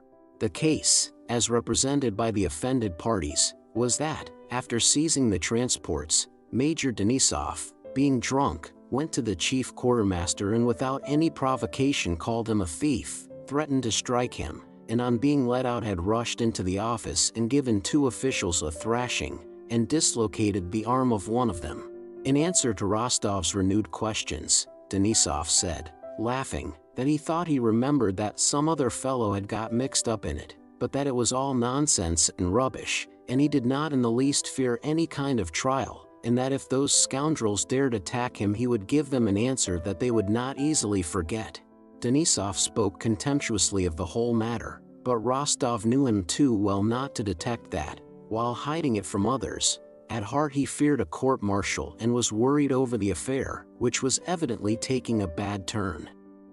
Every day, letters of inquiry and notices from the court arrived, and on the 1st of May, Denisov was ordered to hand the squadron over to the next in seniority and appear before the staff of his division to explain his violence at the commissariat office. On the previous day Platov reconnoitered with 2 Cossack regiments and 2 squadrons of hussars. Denisov, as was his wont, rode out in front of the outposts, parading his courage. A bullet fired by a French sharpshooter hit him in the fleshy part of his leg. Perhaps at another time Denisov would not have left the regiment for so slight a wound, but now he took advantage of it to excuse himself from appearing at the staff and went into hospital. Chapter 17. In June the Battle of Friedland was fought, in which the Pavlograds did not take part, and after that an armistice was proclaimed. Rostov, who felt his friend's absence very much, having no news of him since he left and feeling very anxious about his wound and the progress of his affairs, took advantage of the armistice to get leave to visit Denisov in hospital. The hospital was in a small Prussian town that had been twice devastated by Russian and French troops. Because it was summer, when it is so beautiful out in the fields, the little town presented a particularly dismal appearance with its broken roofs and fences, its foul streets, tattered inhabitants, and the sick and drunken soldiers wandering about. The hospital was in a brick building with some of the window frames and panes broken and a courtyard surrounded by the remains of a wooden fence that had been pulled to pieces. Several bandaged soldiers, with pale swollen faces, were sitting or walking about in the sunshine in the yard. Directly Rostov entered the door he was enveloped by a smell of putrefaction and hospital air. On the stairs he met a Russian army doctor smoking a cigar. The doctor was followed by a Russian assistant. "I can't tear myself to pieces," the doctor was saying. "Come to Makar Alexeyevich in the evening. I shall be there." The assistant asked some further questions. "Oh, do the best you can. Isn't it all the same?" The doctor noticed Rostov coming upstairs. "What do you want, sir?" said the doctor.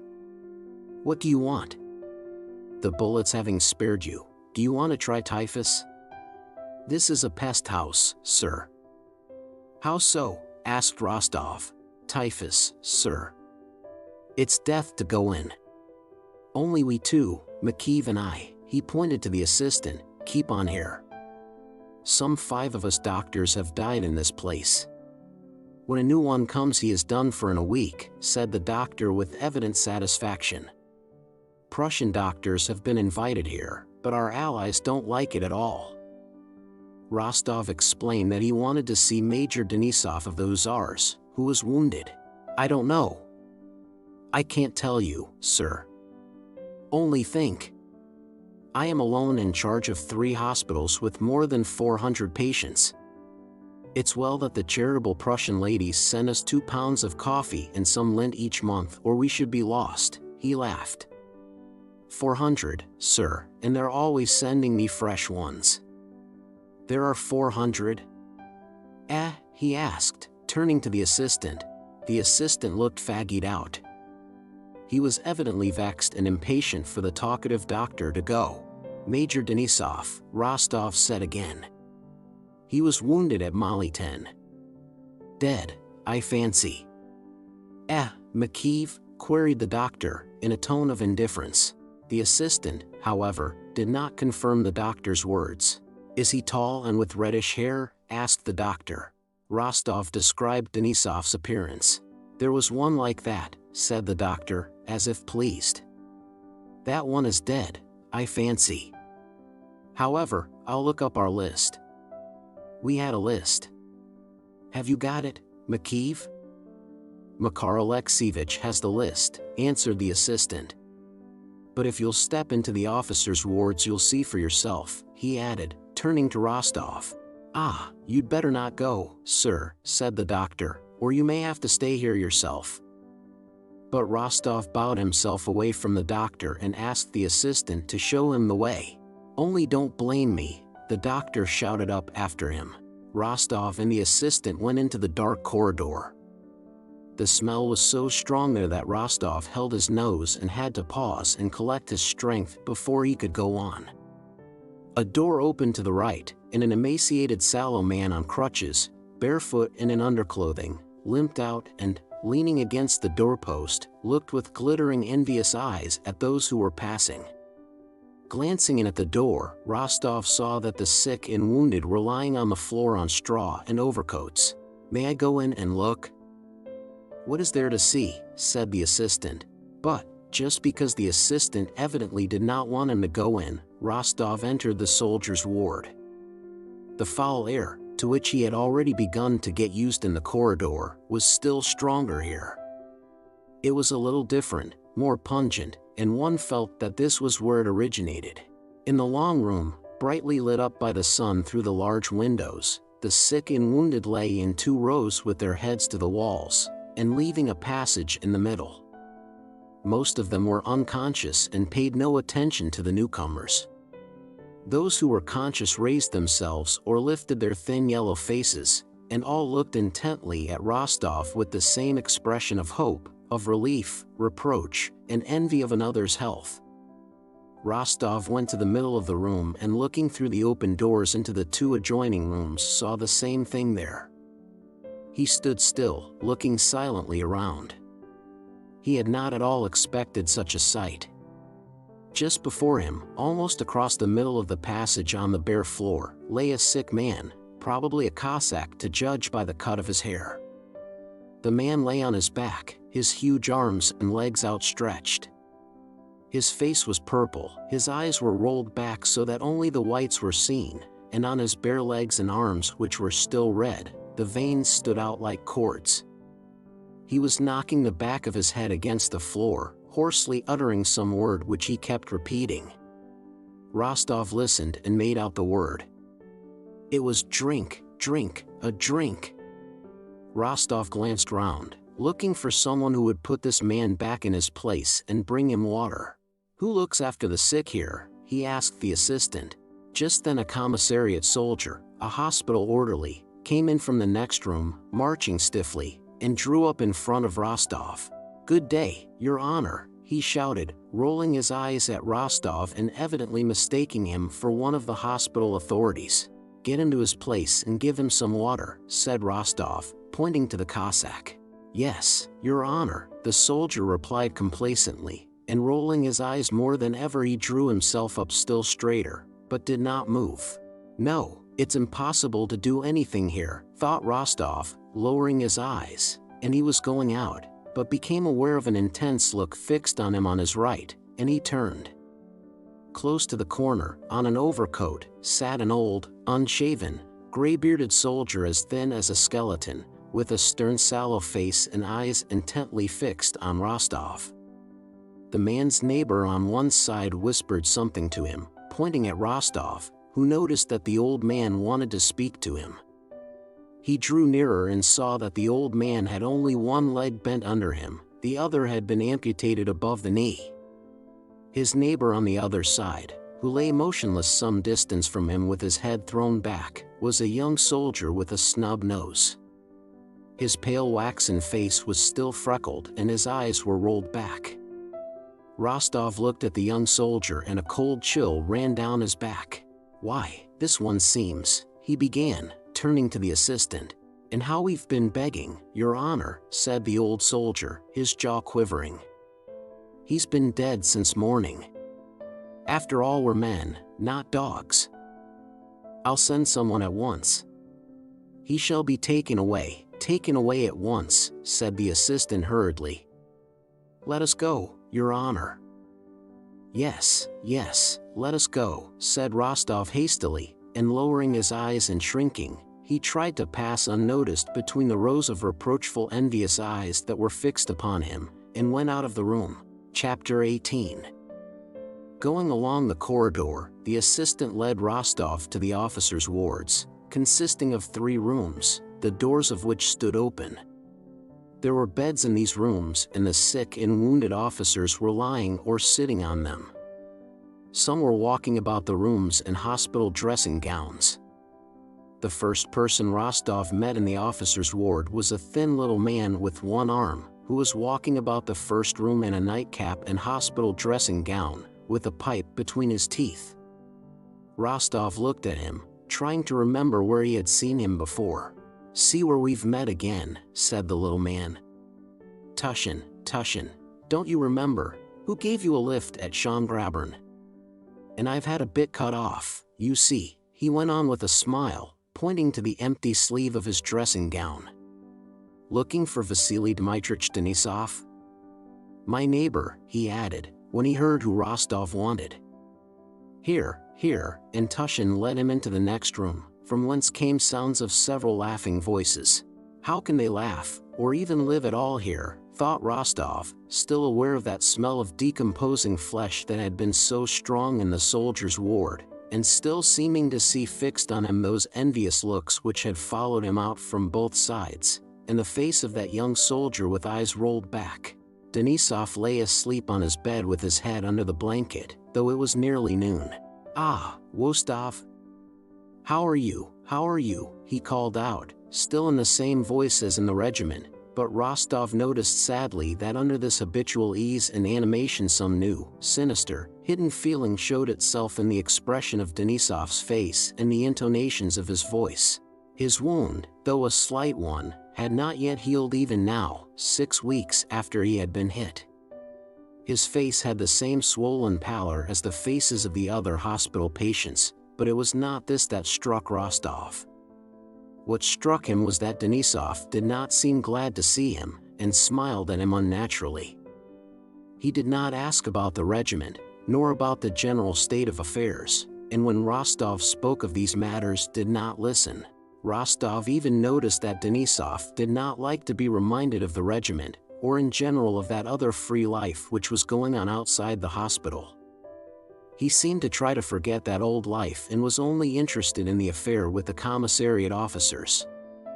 On Rostov's inquiry as to how the matter stood, he at once produced from under his pillow a paper he had received from the commission and the rough draft of his answer to it. He became animated when he began reading his paper and specially drew Rostov's attention to the stinging rejoinders he made to his enemies. His hospital companions, who had gathered round Rostov, a fresh arrival from the world outside, gradually began to disperse as soon as Denisov began reading his answer.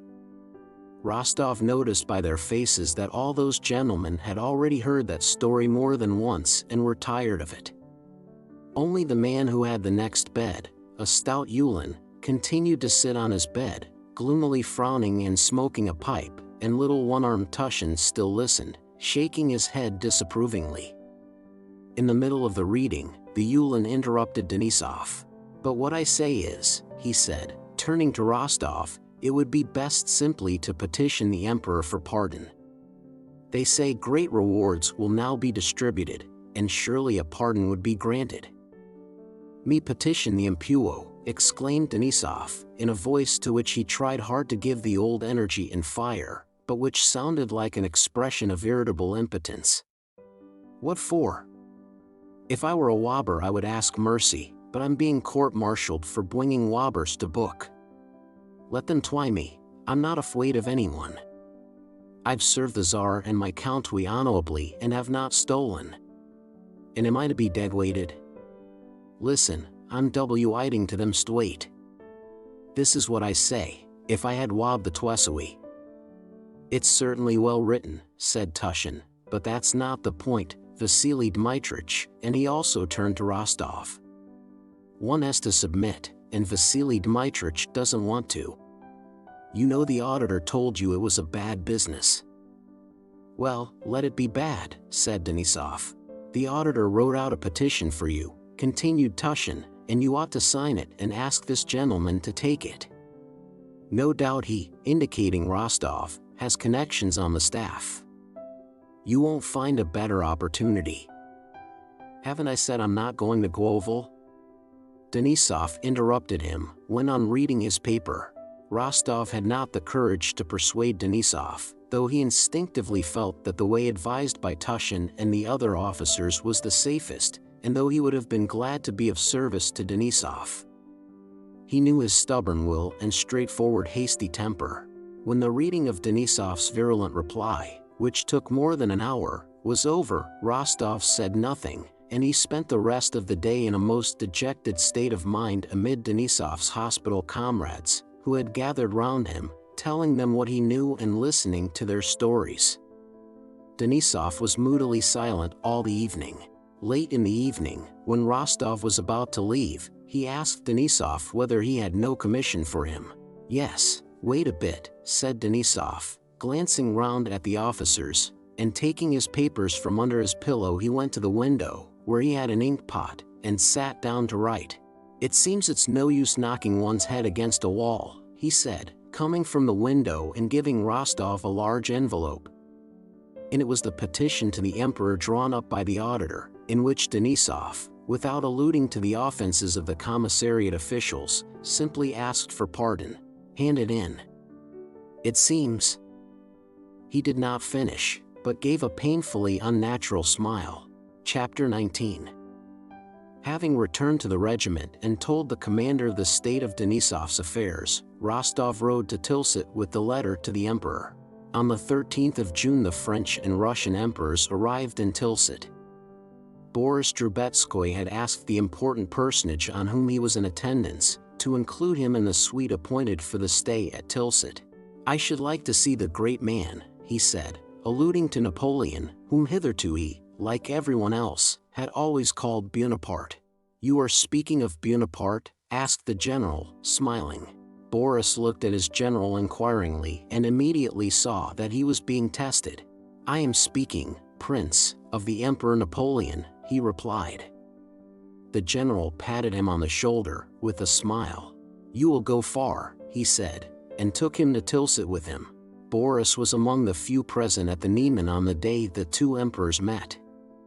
He saw the raft, decorated with monograms, saw Napoleon pass before the French guards on the farther bank of the river, saw the pensive face of the Emperor Alexander as he sat in silence in a tavern on the bank of the Niemen awaiting Napoleon's arrival, saw both emperors get into boats, and saw how Napoleon, reaching the raft first, stepped quickly forward to meet Alexander and held out his hand to him, and how they both retired into the pavilion. Since he had begun to move in the highest circles, Boris had made it his habit to watch attentively all that went on around him and to note it down.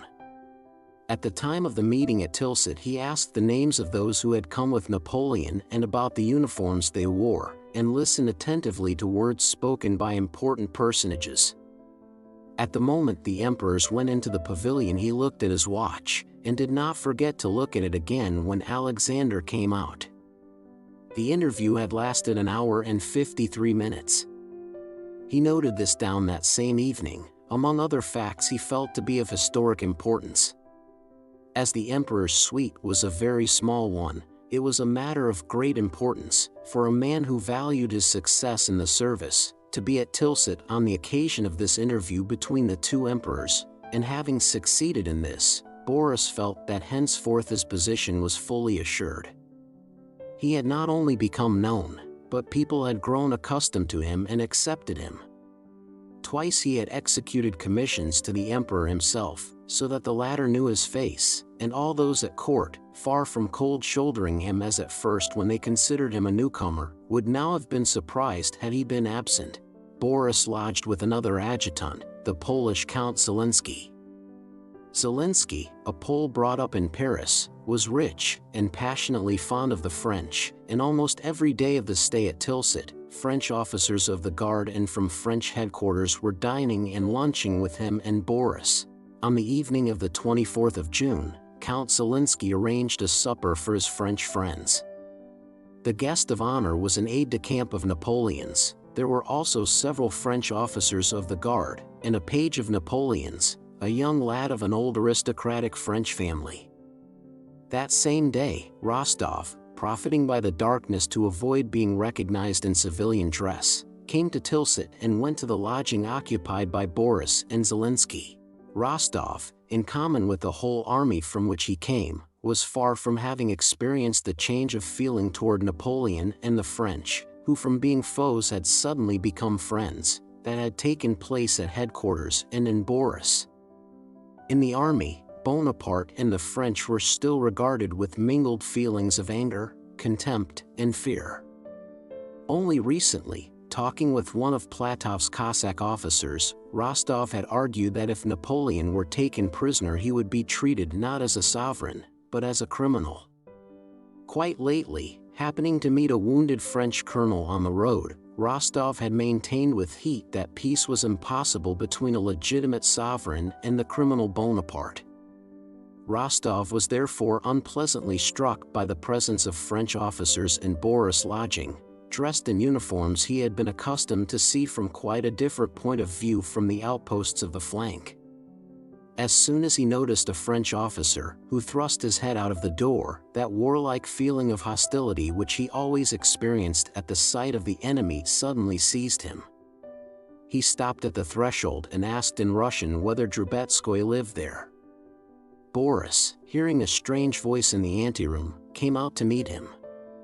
An expression of annoyance showed itself for a moment on his face on first recognizing Rostov. "Ah, it's you? Very glad to see you," he said, however, coming toward him with a smile. But Rostov had noticed his first impulse. "I've come at a bad time, I think." "I should not have come, but I have business," he said coldly.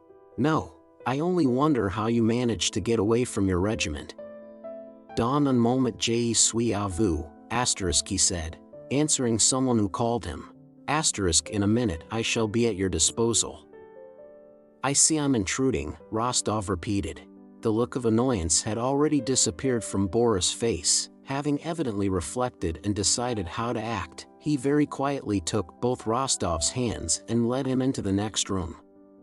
His eyes, looking serenely and steadily at Rostov, seemed to be veiled by something, as if screened by blue spectacles of conventionality. So it seemed to Rostov. "Oh, come now." "As if you could come at a wrong time," said Boris, and he led him into the room where the supper table was laid and introduced him to his guests, explaining that he was not a civilian, but an hussar officer and an old friend of his. "Count Zelinsky, le Comte N, and le Capitaine S," said he, naming his guests. Rostov looked frowningly at the Frenchman, bowed reluctantly, and remained silent. Zelinsky evidently did not receive this new Russian person very willingly into his circle and did not speak to Rostov. Boris did not appear to notice the constraint the newcomer produced and, with the same pleasant composure and the same veiled look in his eyes with which he had met Rostov, tried to enliven the conversation. One of the Frenchmen, with the politeness characteristic of his countrymen, addressed the obstinately taciturn Rostov, saying that the latter had probably come to Tilsit to see the emperor. "No, I came on business," replied Rostov, briefly. Rostov had been out of humor from the moment he noticed the look of dissatisfaction on Boris' face, and as always happens to those in a bad humor, it seemed to him that everyone regarded him with aversion and that he was in everybody's way. He really was in their way, for he alone took no part in the conversation, which again became general. The looks the visitors cast on him seemed to say, "And what is he sitting here for?" He rose and went up to Boris. "Anyhow, I'm in your way," he said in a low tone. "Come and talk over my business and I'll go away." "Oh, no, not at all," said Boris. "But if you are tired, come and lie down in my room and have a rest." "Yes, really." They went into the little room where Boris slept. Rostov, without sitting down, began at once, irritably, as if Boris were to blame in some way, telling him about Denisov's affair, asking him whether, through his general, he could and would intercede with the emperor on Denisov's behalf and get Denisov's petition handed in. When he and Boris were alone, Rostov felt for the first time that he could not look Boris in the face without a sense of awkwardness. Boris, with one leg crossed over the other and stroking his left hand with the slender fingers of his right, listened to Rostov as a general listens to the report of a subordinate, now looking aside and now gazing straight into Rostov's eyes with the same veiled look. Each time this happened, Rostov felt uncomfortable and cast down his eyes. "I have heard of such cases and know that His Majesty is very severe in such affairs. I think it would be best not to bring it before the emperor, but to apply to the commander of the corps. But in general, I think." "So you don't want to do anything? Well then, say so," Rostov almost shouted, not looking Boris in the face. Boris smiled. "On the contrary, I will do what I can. Only I thought." At that moment Zelinsky's voice was heard calling Boris. "Well then, go, said Rostov, and refusing supper and remaining alone in the little room, he walked up and down for a long time, hearing the light-hearted French conversation from the next room. Chapter 20. Rostov had come to Tilsit the day least suitable for a petition on Denisov's behalf. He could not himself go to the general in attendance as he was in mufti and had come to Tilsit without permission to do so, and Boris, even had he wished to, could not have done so on the following day. On that day, June 27th, the preliminaries of peace were signed. The emperors exchanged decorations. Alexander received the Cross of the Legion of Honor and Napoleon the Order of St. Andrew of the First Degree, and a dinner had been arranged for the evening, given by a battalion of the French Guards to the Preobrazhensk battalion. The emperors were to be present at that banquet. Rostov felt so ill at ease and uncomfortable with Boris that, when the latter looked in after supper, he pretended to be asleep, and early next morning went away, avoiding Boris. In his civilian clothes and a round hat, he wandered about the town, staring at the French in their uniforms and at the streets and houses where the Russian and French emperors were staying. In a square he saw tables being set up and preparations made for the dinner. He saw the Russian and French colors draped from side to side of the streets, with huge monograms A and N. In the windows of the houses also flags and bunting were displayed. Boris doesn't want to help me and I don't want to ask him. That's settled, thought Nicholas. All is over between us, but I won't leave here without having done all I can for Denisov and certainly not without getting his letter to the emperor. The emperor. He is here, thought Rostov, who had unconsciously returned to the house where Alexander lodged. Saddled horses were standing before the house and the suite were assembling, evidently preparing for the emperor to come out. I may see him at any moment, thought Rostov. If only I were to hand the letter direct to him and tell him all, could they really arrest me for my civilian clothes? Surely not. He would understand on whose side justice lies. He understands everything, knows everything. Who can be more just, more magnanimous than he? And even if they did arrest me for being here, what would it matter, thought he, looking at an officer who was entering the house the emperor occupied. After all, people do go in. It's all nonsense. I'll go in and hand the letter to the emperor myself, so much the worse for Drubetskoy who drives me to it. And suddenly, with a determination he himself did not expect, Rostov felt for the letter in his pocket and went straight to the house. No, I won't miss my opportunity now, as I did after Austerlitz, he thought, expecting every moment to meet the monarch, and conscious of the blood that rushed to his heart at the thought. I will fall at his feet and beseech him. He will lift me up, will listen, and will even thank me. I am happy when I can do good, but to remedy injustice is the greatest happiness, Rostov fancied the sovereign saying. And passing people who looked after him with curiosity, he entered the porch of the emperor's house. A broad staircase led straight up from the entry, and to the right he saw a closed door. Below, under the staircase, was a door leading to the lower floor. Whom do you want? Someone inquired. To hand in a letter, a petition, to His Majesty, said Nicholas, with a tremor in his voice. A petition? This way, to the officer on duty. He was shown the door leading downstairs, only it won't be accepted.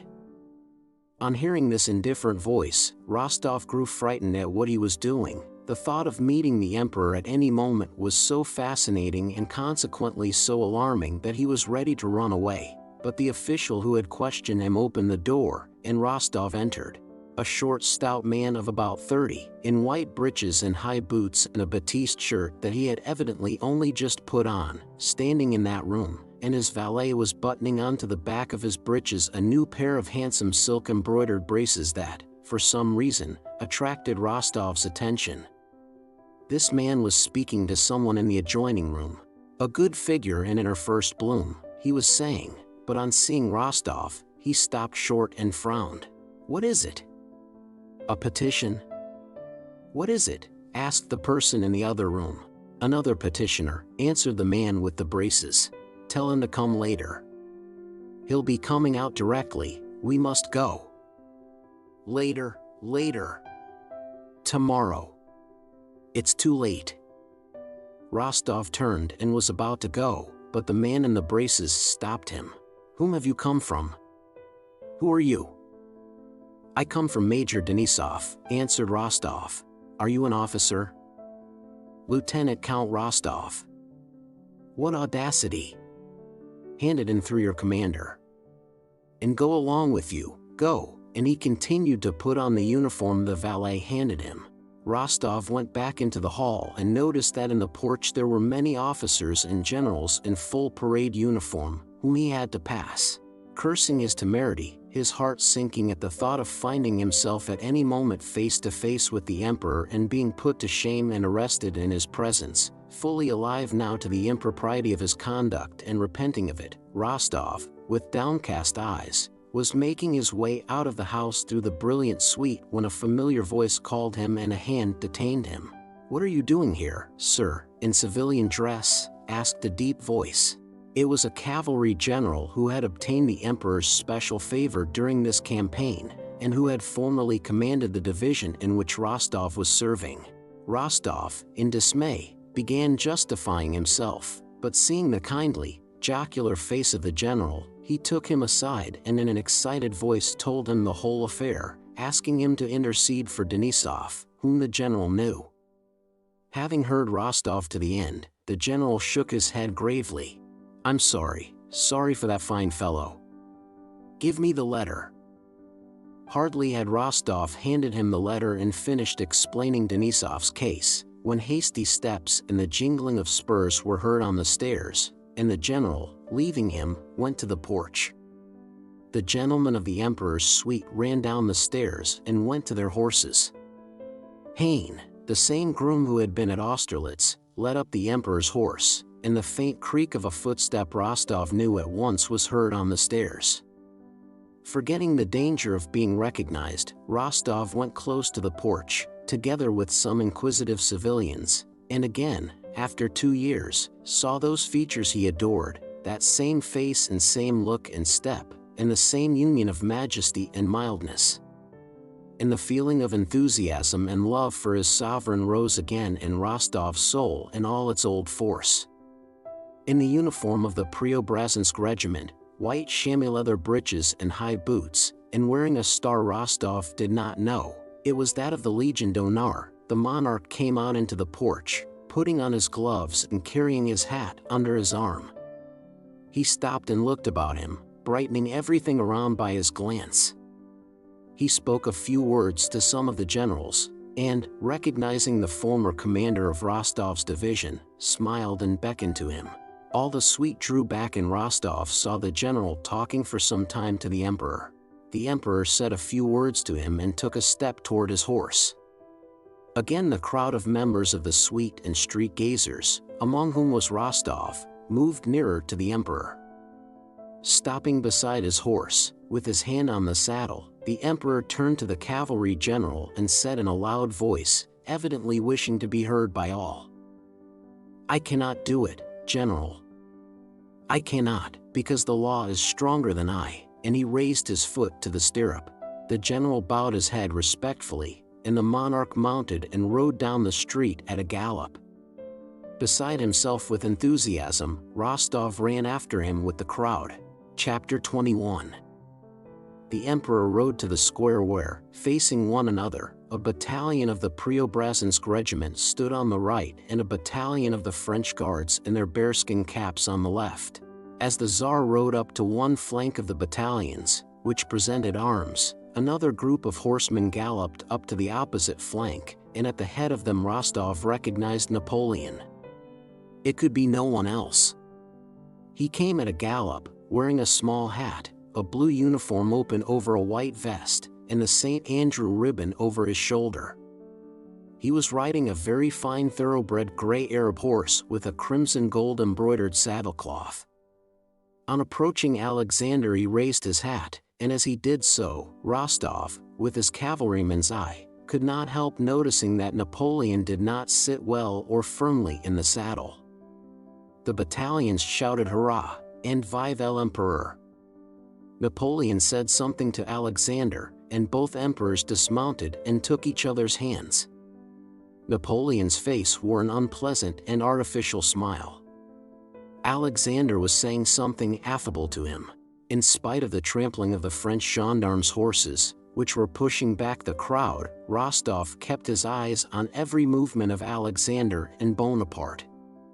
It struck him as a surprise that Alexander treated Bonaparte as an equal and that the latter was quite at ease with the Tsar, as if such relations with an emperor were an everyday matter to him. Alexander and Napoleon, with the long train of their suites, approached the right flank of the Preobrazhensk battalion and came straight up to the crowd standing there. The crowd unexpectedly found itself so close to the emperors that Rostov, standing in the front row, was afraid he might be recognized. "Sire, I ask your permission to present the Legion of Honor to the bravest of your soldiers," said a sharp, precise voice, articulating every letter. This was said by the undersized Napoleon, looking up straight into Alexander's eyes. Alexander listened attentively to what was said to him and, bending his head, smiled pleasantly. "To him who has borne himself most bravely in this last war," added Napoleon, accentuating each syllable, as with a composure and assurance exasperating to Rostov, he ran his eyes over the Russian ranks drawn up before him, who all presented arms with their eyes fixed on their emperor. "Will your Majesty allow me to consult the colonel?" said Alexander, and took a few hasty steps toward Prince Kozlovsky, the commander of the battalion. Bonaparte meanwhile began taking the glove off his small white hand, tore it in doing so, and threw it away. An aide-de-camp behind him rushed forward and picked it up. "To whom shall it be given?" the Emperor Alexander asked Kozlovsky, in Russian in a low voice. "To whomever your Majesty commands." The Emperor knit his brows with dissatisfaction and, glancing back, remarked, "But we must give him an answer." Kozlovsky scanned the ranks resolutely and included Rostov in his scrutiny. "Can it be me?" thought Rostov. "Lazarev," the colonel called, with a frown, and Lazarev, the first soldier in the rank, stepped briskly forward. "Where are you off to?" "Stop here," voices whispered to Lazarev, who did not know where to go. Lazarev stopped, casting a sidelong look at his colonel in alarm. His face twitched, as often happens to soldiers called before the ranks. Napoleon slightly turned his head, and put his plump little hand out behind him as if to take something. The members of his suite, guessing at once what he wanted, moved about and whispered as they passed something from one to another, and a page, the same one Rostov had seen the previous evening at Boris, ran forward and, bowing respectfully over the outstretched hand and not keeping it waiting a moment, laid in it an order on a red ribbon. Napoleon, without looking, pressed two fingers together and the badge was between them. Then he approached Lazarev, who rolled his eyes and persistently gazed at his own monarch, looked round at the Emperor Alexander to imply that what he was now doing was done for the sake of his ally, and the small white hand holding the order touched one of Lazarev's buttons. It was as if Napoleon knew that it was only necessary for his hand to deign to touch that soldier's breast for the soldier to be forever happy, rewarded, and distinguished from everyone else in the world. Napoleon merely laid the cross on Lazarev's breast and, dropping his hand, turned toward Alexander as though sure that the cross would adhere there. And it really did. Officious hands, Russian and French, immediately seized the cross and fastened it to the uniform. Lazarev glanced morosely at the little man with white hands who was doing something to him and, still standing motionless presenting arms, looked again straight into Alexander's eyes, as if asking whether he should stand there, or go away, or do something else. But receiving no orders, he remained for some time in that rigid position. The emperors remounted and rode away. The Preobrazhensk battalion, breaking rank, mingled with the French guards and sat down at the tables prepared for them. Lazarev sat in the place of honor. Russian and French officers embraced him, congratulated him, and pressed his hands. Crowds of officers and civilians drew near merely to see him. A rumble of Russian and French voices and laughter filled the air round the tables in the square. Two officers with flushed faces, looking cheerful and happy, passed by Rostov. "What do you think of the treat?" "All on silver plate," one of them was saying. "Have you seen Lazarev?" "I have. Tomorrow, I hear," The Preobrazhenskys will give them a dinner. Yes, but what luck for Lazarev. 1,200 francs pension for life. Here's a cap, lads, shouted a Preobrazhensk soldier, donning a shaggy French cap. It's a fine thing. First rate. Have you heard the password? Asked one guards officer of another. The day before yesterday it was Napoleon, France, bravoure, yesterday, Alexander, Russie, grandeur. One day our emperor gives it and next day Napoleon. Tomorrow our emperor will send a St. George's Cross to the bravest of the French guards. It has to be done. He must respond in kind. Boris, too, with his friend Zelensky, came to see the Preobrazhensk banquet. On his way back, he noticed Rostov standing by the corner of a house. Rostov. How'd you do? We missed one another, he said, and could not refrain from asking what was the matter, so strangely dismal and troubled was Rostov's face. Nothing, nothing, replied Rostov. You'll call round? Yes, I will. Rostov stood at that corner for a long time, watching the feast from a distance. In his mind, a painful process was going on which he could not bring to a conclusion. Terrible doubts rose in his soul.